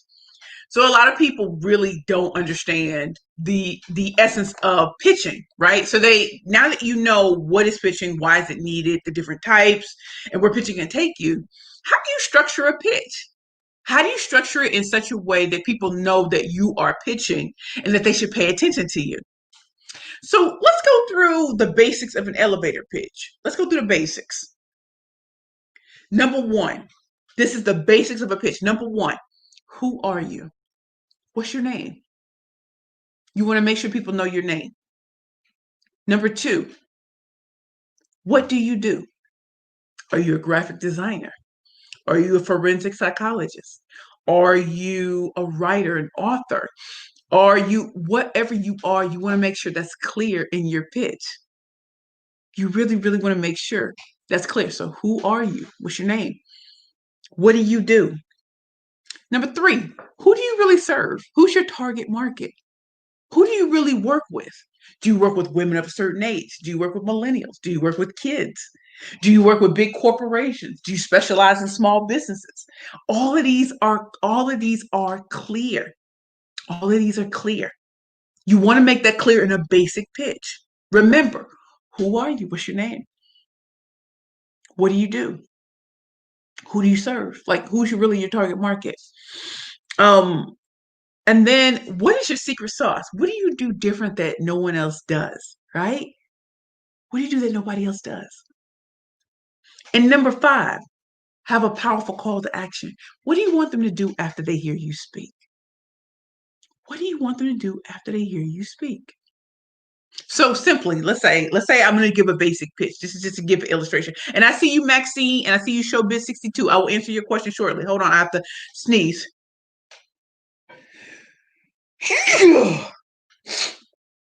Excuse me. Just give me a second.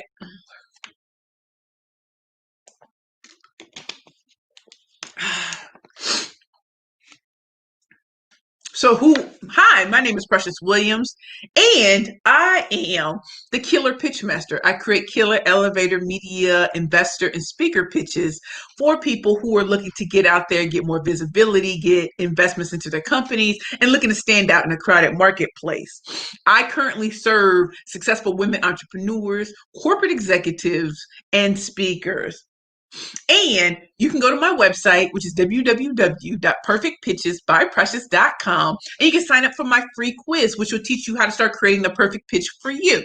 Also, if you would like to schedule a consultation with me, you can also go to my website and go to the Work With Me page. And on the Work With Me page, you'll see a way to schedule time on my calendar for us to have a session together.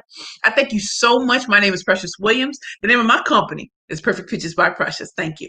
Basic pitch. Nothing spectacular, just enough to get you out there and it answers the basic questions, right? That's a basic pitch. That was done in like 30 seconds. Nothing to it, right? So I'm going to leave it at that. That's the basic pitch. Who are you? What do you do? Who do you serve? Secret sauce. Powerful call to action. Okay. And now I'm going to start answering questions from our esteemed guest today. Okay, Maxine says, what is the art when you tell a story? So Maxine, when I go into the killer pitch part, you're going to hear me talk about what it means to be a master storyteller. The art of telling a story truly is about making sure that whatever story you tell hits on the pain points of your target audience, right? So if you have a certain company that helps women or helps men or helps kids, what in your background or what in your background stories really applies to them and showing them that you are truly the number one resource to help them with that, right? So I'm the killer pitch master. I know what it's like to start with no money and have nothing, no resources, no media, nothing, and build my way out of that. I know what it's like to stand before people and people laugh at you and say, you're not good enough. I know what it's like to have everybody turn their back on you and all you have is yourself.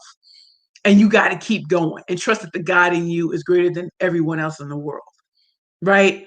And because of that, I became a 13-time national champion with no one teaching me how to pitch. I got in a movie with no one teaching me how to act. I did it because I had to.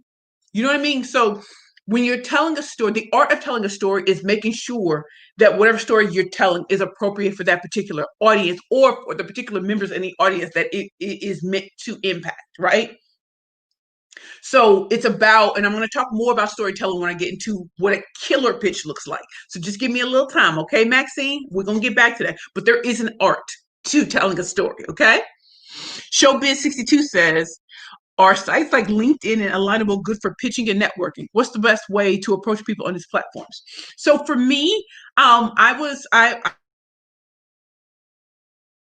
LinkedIn. Alignable didn't do anything for me, so I got off of Alignable. But this is not to besmirch their company. It's just, with LinkedIn, so many more people were on LinkedIn and they were looking at me on LinkedIn. They weren't going to Alignable to look at me.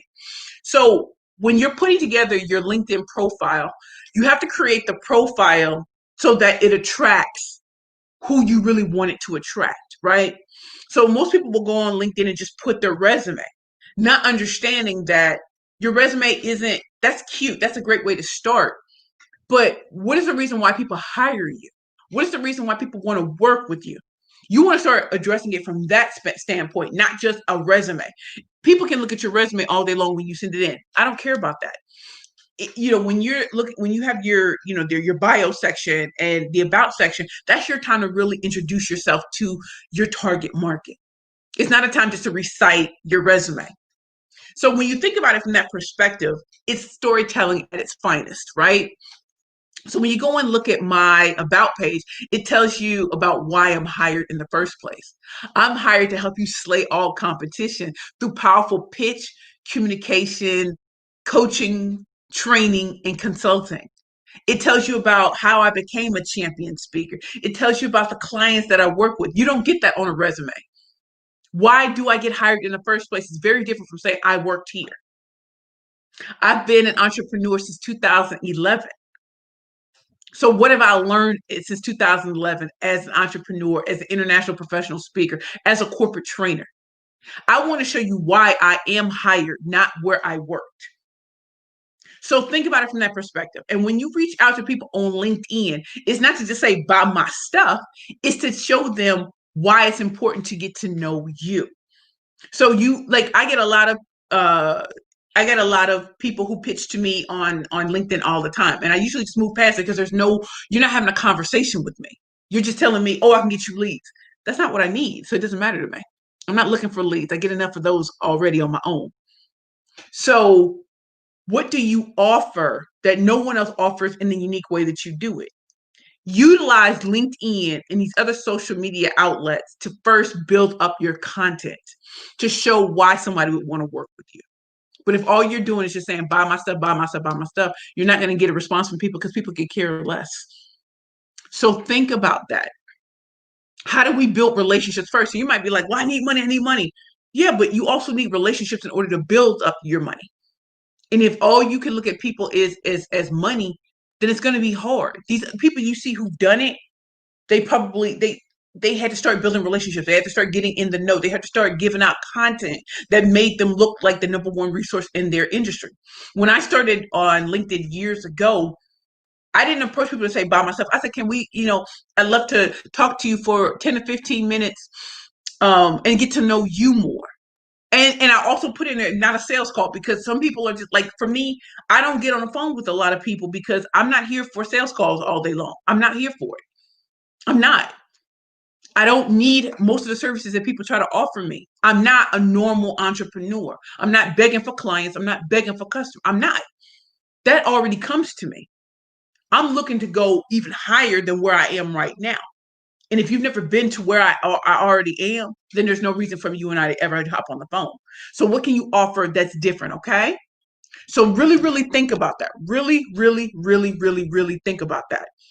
Really, really, really think about that. It's very important that you take time in developing what it is that you're doing so that people will want to work with you. I hope that answers your question, Showbiz 62. Then we have Selma. I'm 67 years old, retired, starting over, speaker and entrepreneur as another chapter. What are your suggestions to getting an audience and clients? My biggest suggestion is getting really curious about building relationships with other people first.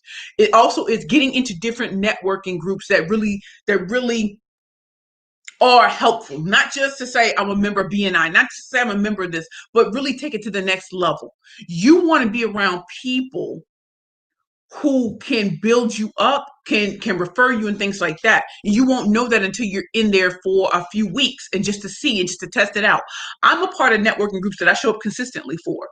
I have a networking group that I show up on 7 a.m. on Mondays for, on Thursdays from 8:30 to 9:30, to some that I meet only once a month. I show up consistently as long as my speaking schedule and nothing else gets in the way. Do you understand what I'm saying? So as much as y'all probably want the silver bullet, just tell me how to get clients just right now. Da, da, da, da.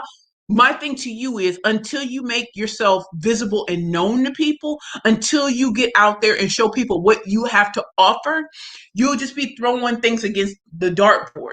And Selma, because you're 67, there's nothing wrong with that, queen. I'm 41. People be telling me I'm past my expiration date. I'm like, I'm just getting started. I can run circles around these young people. So get very curious about the target market that you want to serve. Get very, very curious about that. Get very curious and start creating content that they can look at. Start being a part of Facebook groups and making yourself known, not just buy my stuff, but like, hey, ask questions, talk, educate people about what it is that you want to talk about. One of the greatest questions that a speaker can ever ask their audience is, what could you speak on at any given moment, at any time of the day? What is something you could and just watch those things come in? And you start to see that people are engaged in wanting to speak. So then start thinking about things that teach you, okay, if you have some people who want to speak on these certain topics, are you speaking to that topic? And stuff like that. So I definitely want you to pay attention to that, okay? And so I see Eric Kelly Live says, how to pitch why people should support scholarships for kids programs. This is a great question. This is a great, great question.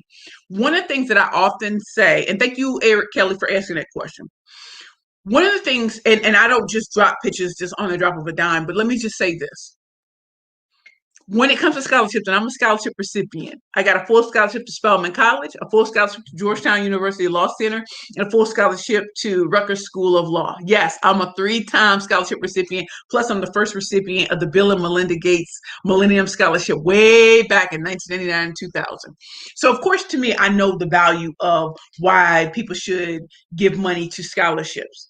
But one of the reasons I think that a lot of people probably don't understand the value of why scholarships are so important is because we often forget to not just showcase what has happened with the kids who have been provided scholarships, but like what it truly did for them, not just not in their professional life, but in their personal life, how they turned around and paid it forward.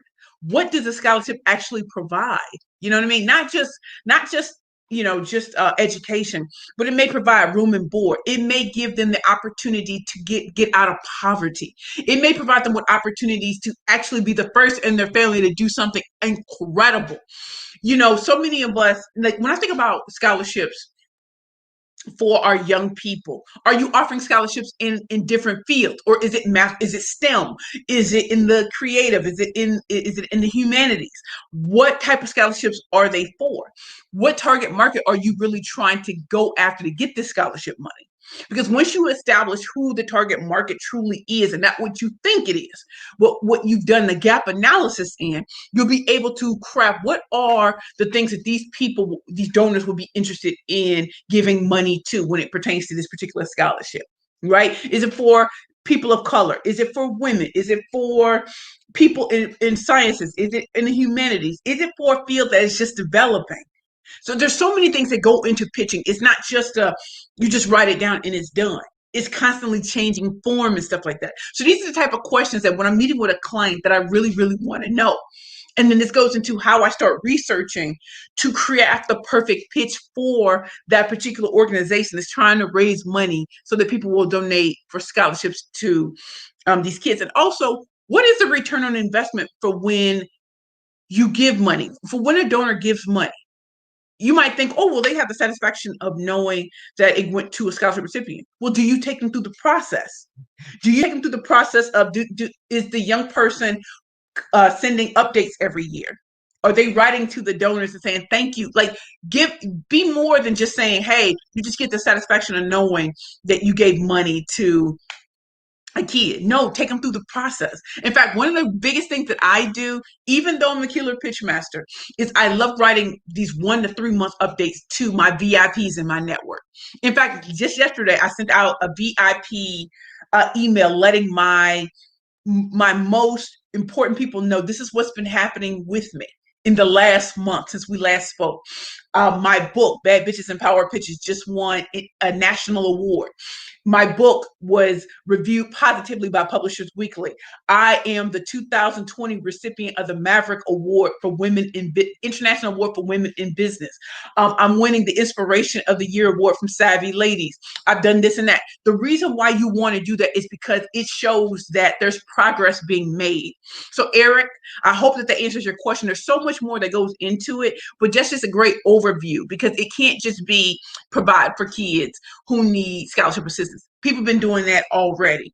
Take it to the next level. What is in it for the donors, but also how do you make it targeted so that the donor feels like I'm constantly aware of where my money is going? You know, if it's going for if it's going just for tuition, great. If it's going for room and board, how are they living? Those sort of things. You always want to keep that ever present, okay? And let me just make sure that I'm answering all the questions. Okay, let me just make sure. Okay. So Austin is asking, is Toastmaster good to help with pitching?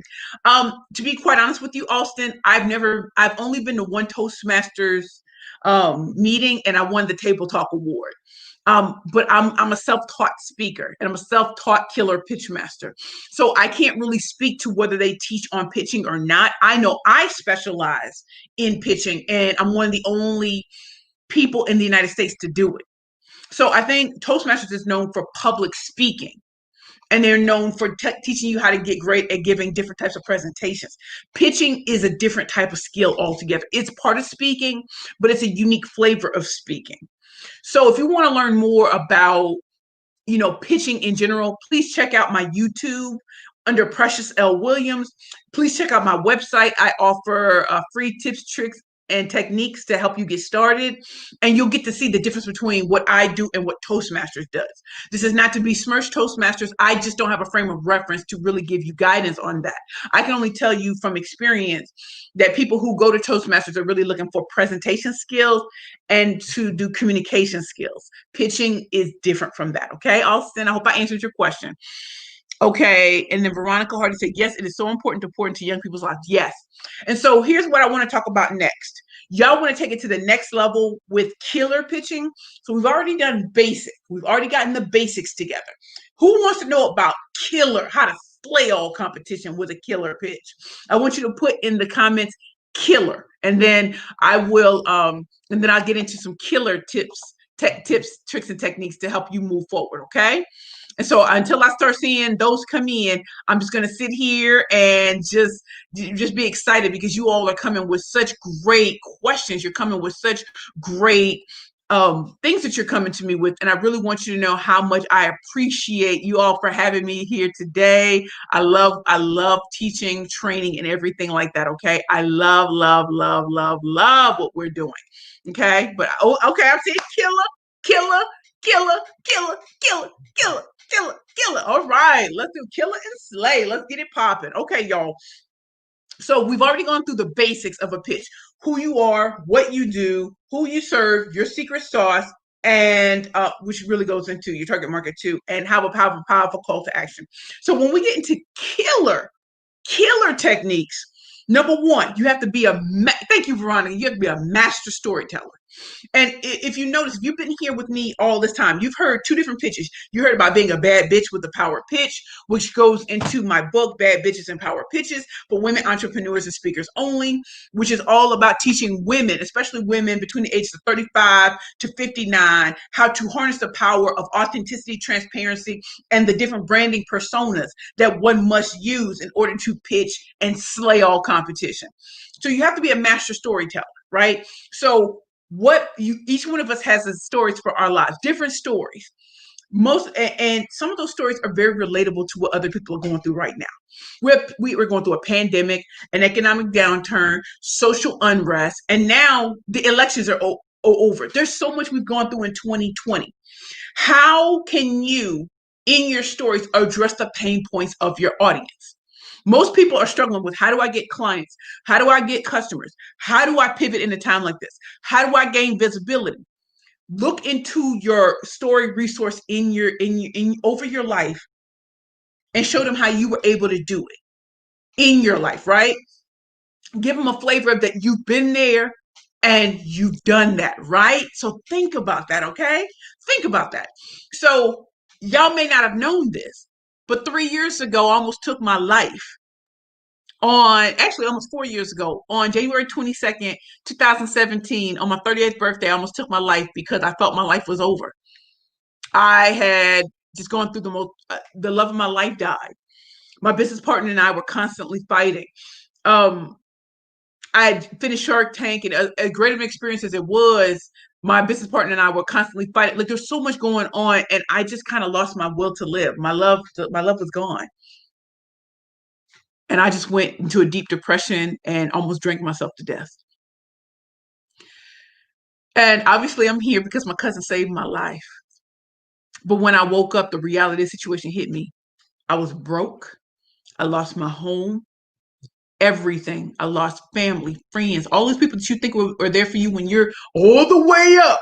I had nothing. But what I forgot is that God gave me a person who was looking for me, who was my friend, Miss Francis, who was a social worker. And my friend called my aunt, and my aunt said Precious is in the hospital.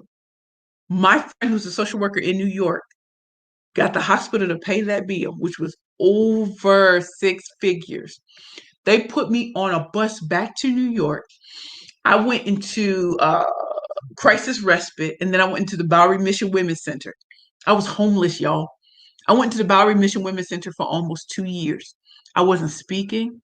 I was in a life transition program. I got clean and sober, and I'm almost 4 years clean and sober now. Me grieving over the loss of the love of my life, I'm on the other side of that now. I walked out of homelessness 2 years and 2 months ago. My first speaking engagement was before Bottomless Closet. Bottomless Closet sent me to Viacom.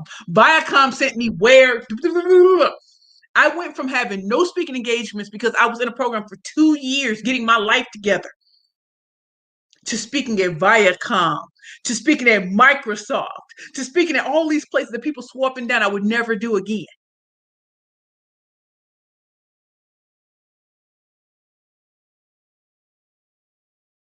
Y'all, I was homeless on the streets of New York, y'all. I had these great people, everybody says are the great speakers, say that I would never get on stage again. And you know what I did? I trusted that God would see me through. And I did it his way. He told me, you will speak here, you will speak there, and you will build yourself up to where they can't deny you anymore. Not only that, when I wrote this book, I had no idea it would be a #1 bestseller. I had no idea that I have a billboard in Times Square. I had no idea that Forbes magazine would review my book. I had no idea that my book would be award winning. I had no idea that when those big speakers said no one will buy my book because of the title, that the government bought my book, the Federal Reserve Bank bought my book, the NBC Universal bought my book. There are companies around the world who bought my book, Dress for Success. I'm here to tell you, this book wasn't written on some BS. This book was written how I walked out of homelessness and wrote a #1 bestseller. How everyone who turned their back on me doesn't turn their back anymore. They didn't help me. God helped me. So I'm not here to give y'all fluff and BS this morning. I'm here to tell y'all the story of how I really did it. And that's why pitching is important. I don't care if you have no money in your bank account. I had negative $400 when I started. I walked out of homelessness, addiction, abandonment. And in 2 years and 2 months, I'm standing before y'all telling you I made it. And that's why television networks are calling. Not because I was a homeless chick, but because I rose above everything and wrote the story to tell you how to do it yourself. So I'm here to tell you that's a powerful story, more so than, I'm a corporate trainer for like Microsoft and LinkedIn and Google, and I'm so great and I'm so wonderful. And don't you want to be like me? You don't care about that side of my story. No one does. They want to know how I went from nothing to something to nothing to something again. And that's why I can tell you why people work with me. Why am I hired to speak? Why do people pay me to speak? Why am I brought into certain circles? Why? Because I did it.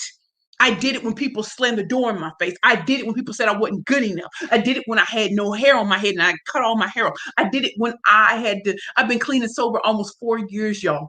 So all the flaws y'all think y'all have, y'all don't. He changed my life. And that's why I don't care whatever platform I'm on, I'm going to give him the glory, honor, and the praise. Because when people turn their back on me, he said, come, I got you. So I say all of this to say to you, be a master storyteller. I don't care how short of a time you got, how long of a time you got, give it to them. Show them why you're the number one resource. Number two, be bold and unexpected. How can you be bold and unexpected? Don't start off with your name and the name of your company. No one cares about that.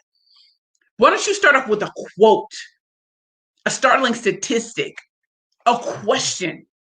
You want to interrupt the pattern that most people, when they pitch, do. This is what most people do when they pitch. Hi, my name is Precious Williams. My company's Perfect Pitches by Precious. Man, F that. Don't nobody want to hear that. They want to hear something that's going to knock their socks off. Like that. Why do you think sometimes when I come into the room, I say, ladies, raise your hands if you want to be a bad bitch with a power pitch. What do most women do? They're shocked. They're stunned. And then they start to raise their hands. And then I say, fellas, I ain't forgot about you. Fellas, raise your hands if you want to be a bad man with a master pitching plan. Then you've come to the right place. Welcome. My name is Precious Williams, and I am the proud founder and CEO of Perfect Pitches by Precious. And I'm affectionately known as the hashtag killer pitch master because I am hired to help you slay all competition. How do I do that? By creating the most killer elevator pitches, media pitches, investor pitches, speaker pitches, and interview pitches. If you want investor dollars right now, if you want to stand down a crowded marketplace, if you want to be at networking events that everybody want to meet with you, then you have come to the right place. I am the killer pitch master. And I'm here, and I will always be here to help you slay all competition. Come see why the biggest companies in the world hire me to train their staff, to train from C-suite to mid-level to entry level. Why am I hired? And again, my name is Precious Williams. Then my company is Perfect Pitches by Precious. Thank you. That is what you do. Yes, I asked the question that some people, I don't want to be called a bitch. That's cool. You're not my target market. It's okay. Not everybody that you're in front of is your target market. But there are women who are listening like, oh, word, she's different. She's not going to come in here and be like, hi, I'm Precious Williams. I ain't about none of that. Like Cash Doll, I ain't doing none of that. I'm not here to sound like her. I'm not here to sound like him. I am Precious Williams. And I dare each and every one of y'all from here on out to change up your pitches. Stop sounding like everybody else. Stop trying to be like him, her, or anybody else. Stop it. Start with a question, a startling quote, a statistic. Give them something they ain't never heard before. Interrupt the pattern and have all eyes, like Tupac said, all eyes on me. That's what you want. That's what you want. So, as the great Dr. Sherwood says, start off with a bang and end with fireworks. You want them to pay attention to you. That's what a killer pitch does. It is not about sounding cute. It's not about having pretty words to say absolutely nothing. People come to me and give me pitches that I'm like, that's nice and cute, and it's not going to get you anywhere. Sorry. So you want to hit them. You want to hit them with the pain points. Listen, people want those investor dollars. People want to have paid speaking engagements and tired of speaking for free and no one paying attention to what they're saying. Let me tell you something. Hit them where it hurts. Give it to them raw. Give them that juicy morsel, and they'll be begging for more. Do you hear what I'm saying? So don't forget that. Don't forget that. And give me a secret sauce. When I tell you I'm a 13-time champion, can't nobody tell you that but me. Can't nobody tell you that they've been in movies and documentaries, been all over the world, filming on pitching. Because before I did it, people said I was too fat, too black, and I didn't matter. Now I showed you, I created my own lane. I'm not a motivational speaker. I'm not a transformational speaker. I'm not an inspirational speaker. You will get all of that, but I am the killer pitch master. And before anybody thought about pitching, I was already on it. So that's how you have to have a vision and see it all the way through. And so I know we're coming down to the end. I want to make sure that I see everybody. Veronica says, thank you so much. Thank you, Veronica. Selma, thank you for sharing. Thank you, Austin. Great job for providing information. Yes, I always want to motivate y'all, but I'm not a motivational speaker. Maxine, but God. Veronica, amen. Chris Downey, amen. Maxine, when he gives you an assignment, he guides and directs you when you stay open to his voice. You have to be open to his voice. I tried to do it my way the first time and almost lost my life. Now that I'm doing it his way, y'all see what happens. Maxine, I applaud you. Dolores Williams, powerful testimony. Let me just make sure, because I know I'm coming down to the end. Okay. So as we're coming down to the end, I can probably answer a question or two, but let me just give y'all ways on how y'all can, stay in contact with me. Okay. Number one, I'm on LinkedIn. Go under Precious L. Williams, Killer Pitch Master. That's my link on LinkedIn. On Facebook, I am at Perfect Pitch P. On Instagram, Facebook, I'm at Perfect Pitch P. On Twitter, I'm at Perfect Pitch P. On Instagram, I'm at Perfect Pitches P. On YouTube, I am Precious L. Williams. And if you want my website, it's www.perfectpitchesbyprecious.com. It's scrolling across right now, www.perfectpitchesbyprecious.com. And also, if you want to work with me or if you just want to schedule an appointment, go to my website, www.perfectpitchesbyprecious.com. Go to the Work With Me tab or go to the Schedule tab, and you can schedule time to get on my calendar. Again, I am Precious Williams. I am the proud founder and CEO of Perfect Pitches by Precious, where I teach the art and the science of a killer elevator pitch. Thank you. Hey, Precious, you are just awesome. You know, I look, I know the audience is going crazy, but your story is powerful. You know, before you get out of here, I want you to give them a number so that they can call you. I want you to give that email one more time because Okay. we're building a black business ecosystem, and it's important that people be able to touch you because we're going to do this 24 hours. That's what it's about. Okay. Okay, everybody. So if you want to get in contact with me, you can go to Precious. My email is Precious, Precious at perfectpitchesbyprecious.com. And if you want to contact me, you can contact me at 347-782-9855. Please send a text. Do not call. Just send a text and I will respond back to you, okay? And that is And great. that's how you get in contact with me. That is great. Want to thank you for being on the show. Going to turn the show over to Janice Belcher Oliver. She's gonna, I say, commentate or be the host for the next couple of hours. And don't you go away, cause I want you to check out what's going on. We got a guy that's coming up, and he's gonna do an outstanding job. I talk to you after a while, okay? And you know, the Black Business Network is going to go on and on and on to the break of dawn. We want you to stick and stay. Tell your friends, tell the people to come online. Come on to Facebook and check it out. Hey, Janice Oliver Belcher, how you doing today? Hello, how are you? I'm awesome. I'm having a great time. You know, I'm going to turn it over to you. I know you're going to do a wonderful job, and I look forward to all the great things that you'll continue to do. Okay, bye-bye. Thank you.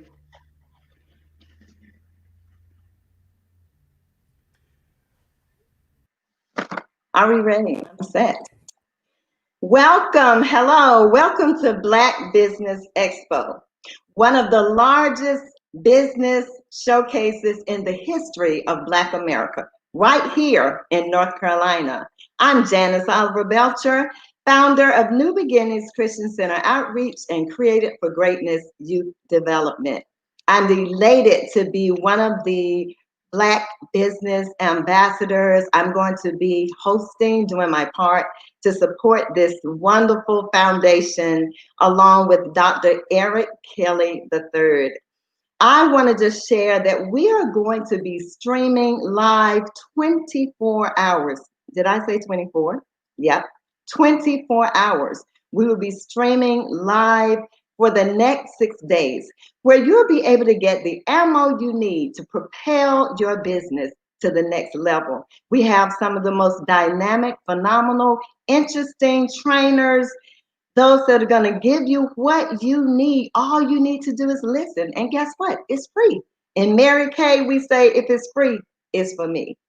At this time, I'm going to share one of our next speakers, that her name is Senator Natalie Murdoch. This is such a timely visit from our senator. She is Senate in North Carolina for District 20.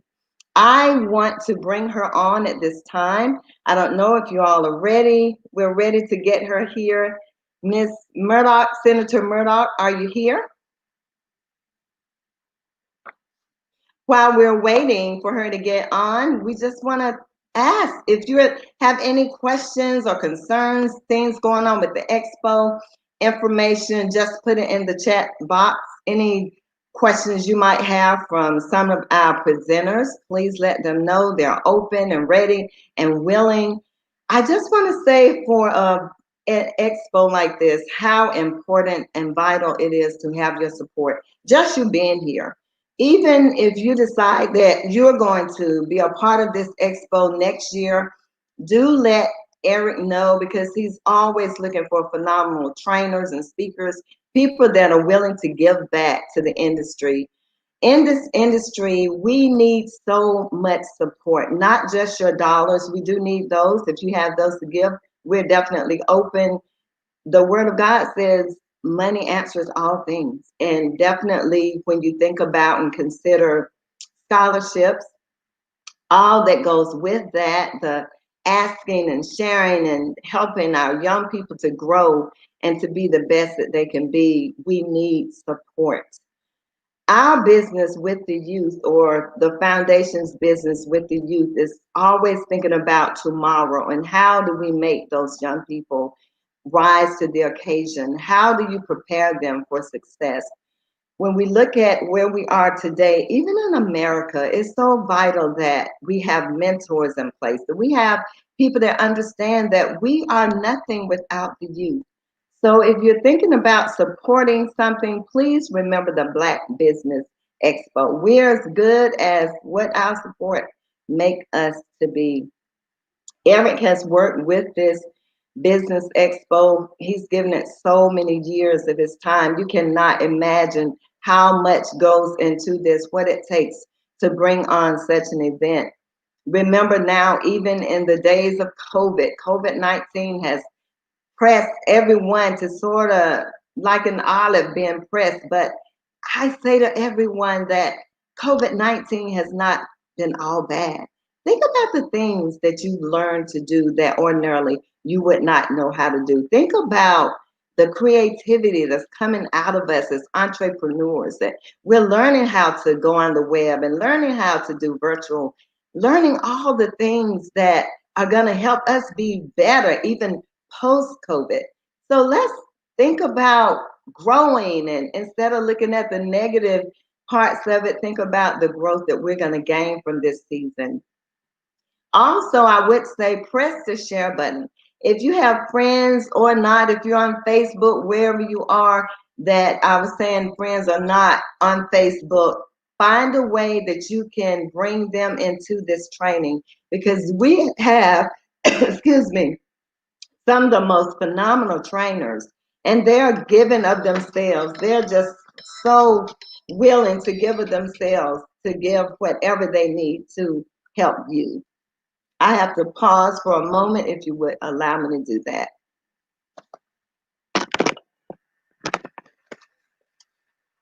Hello? Yes. I'm listening.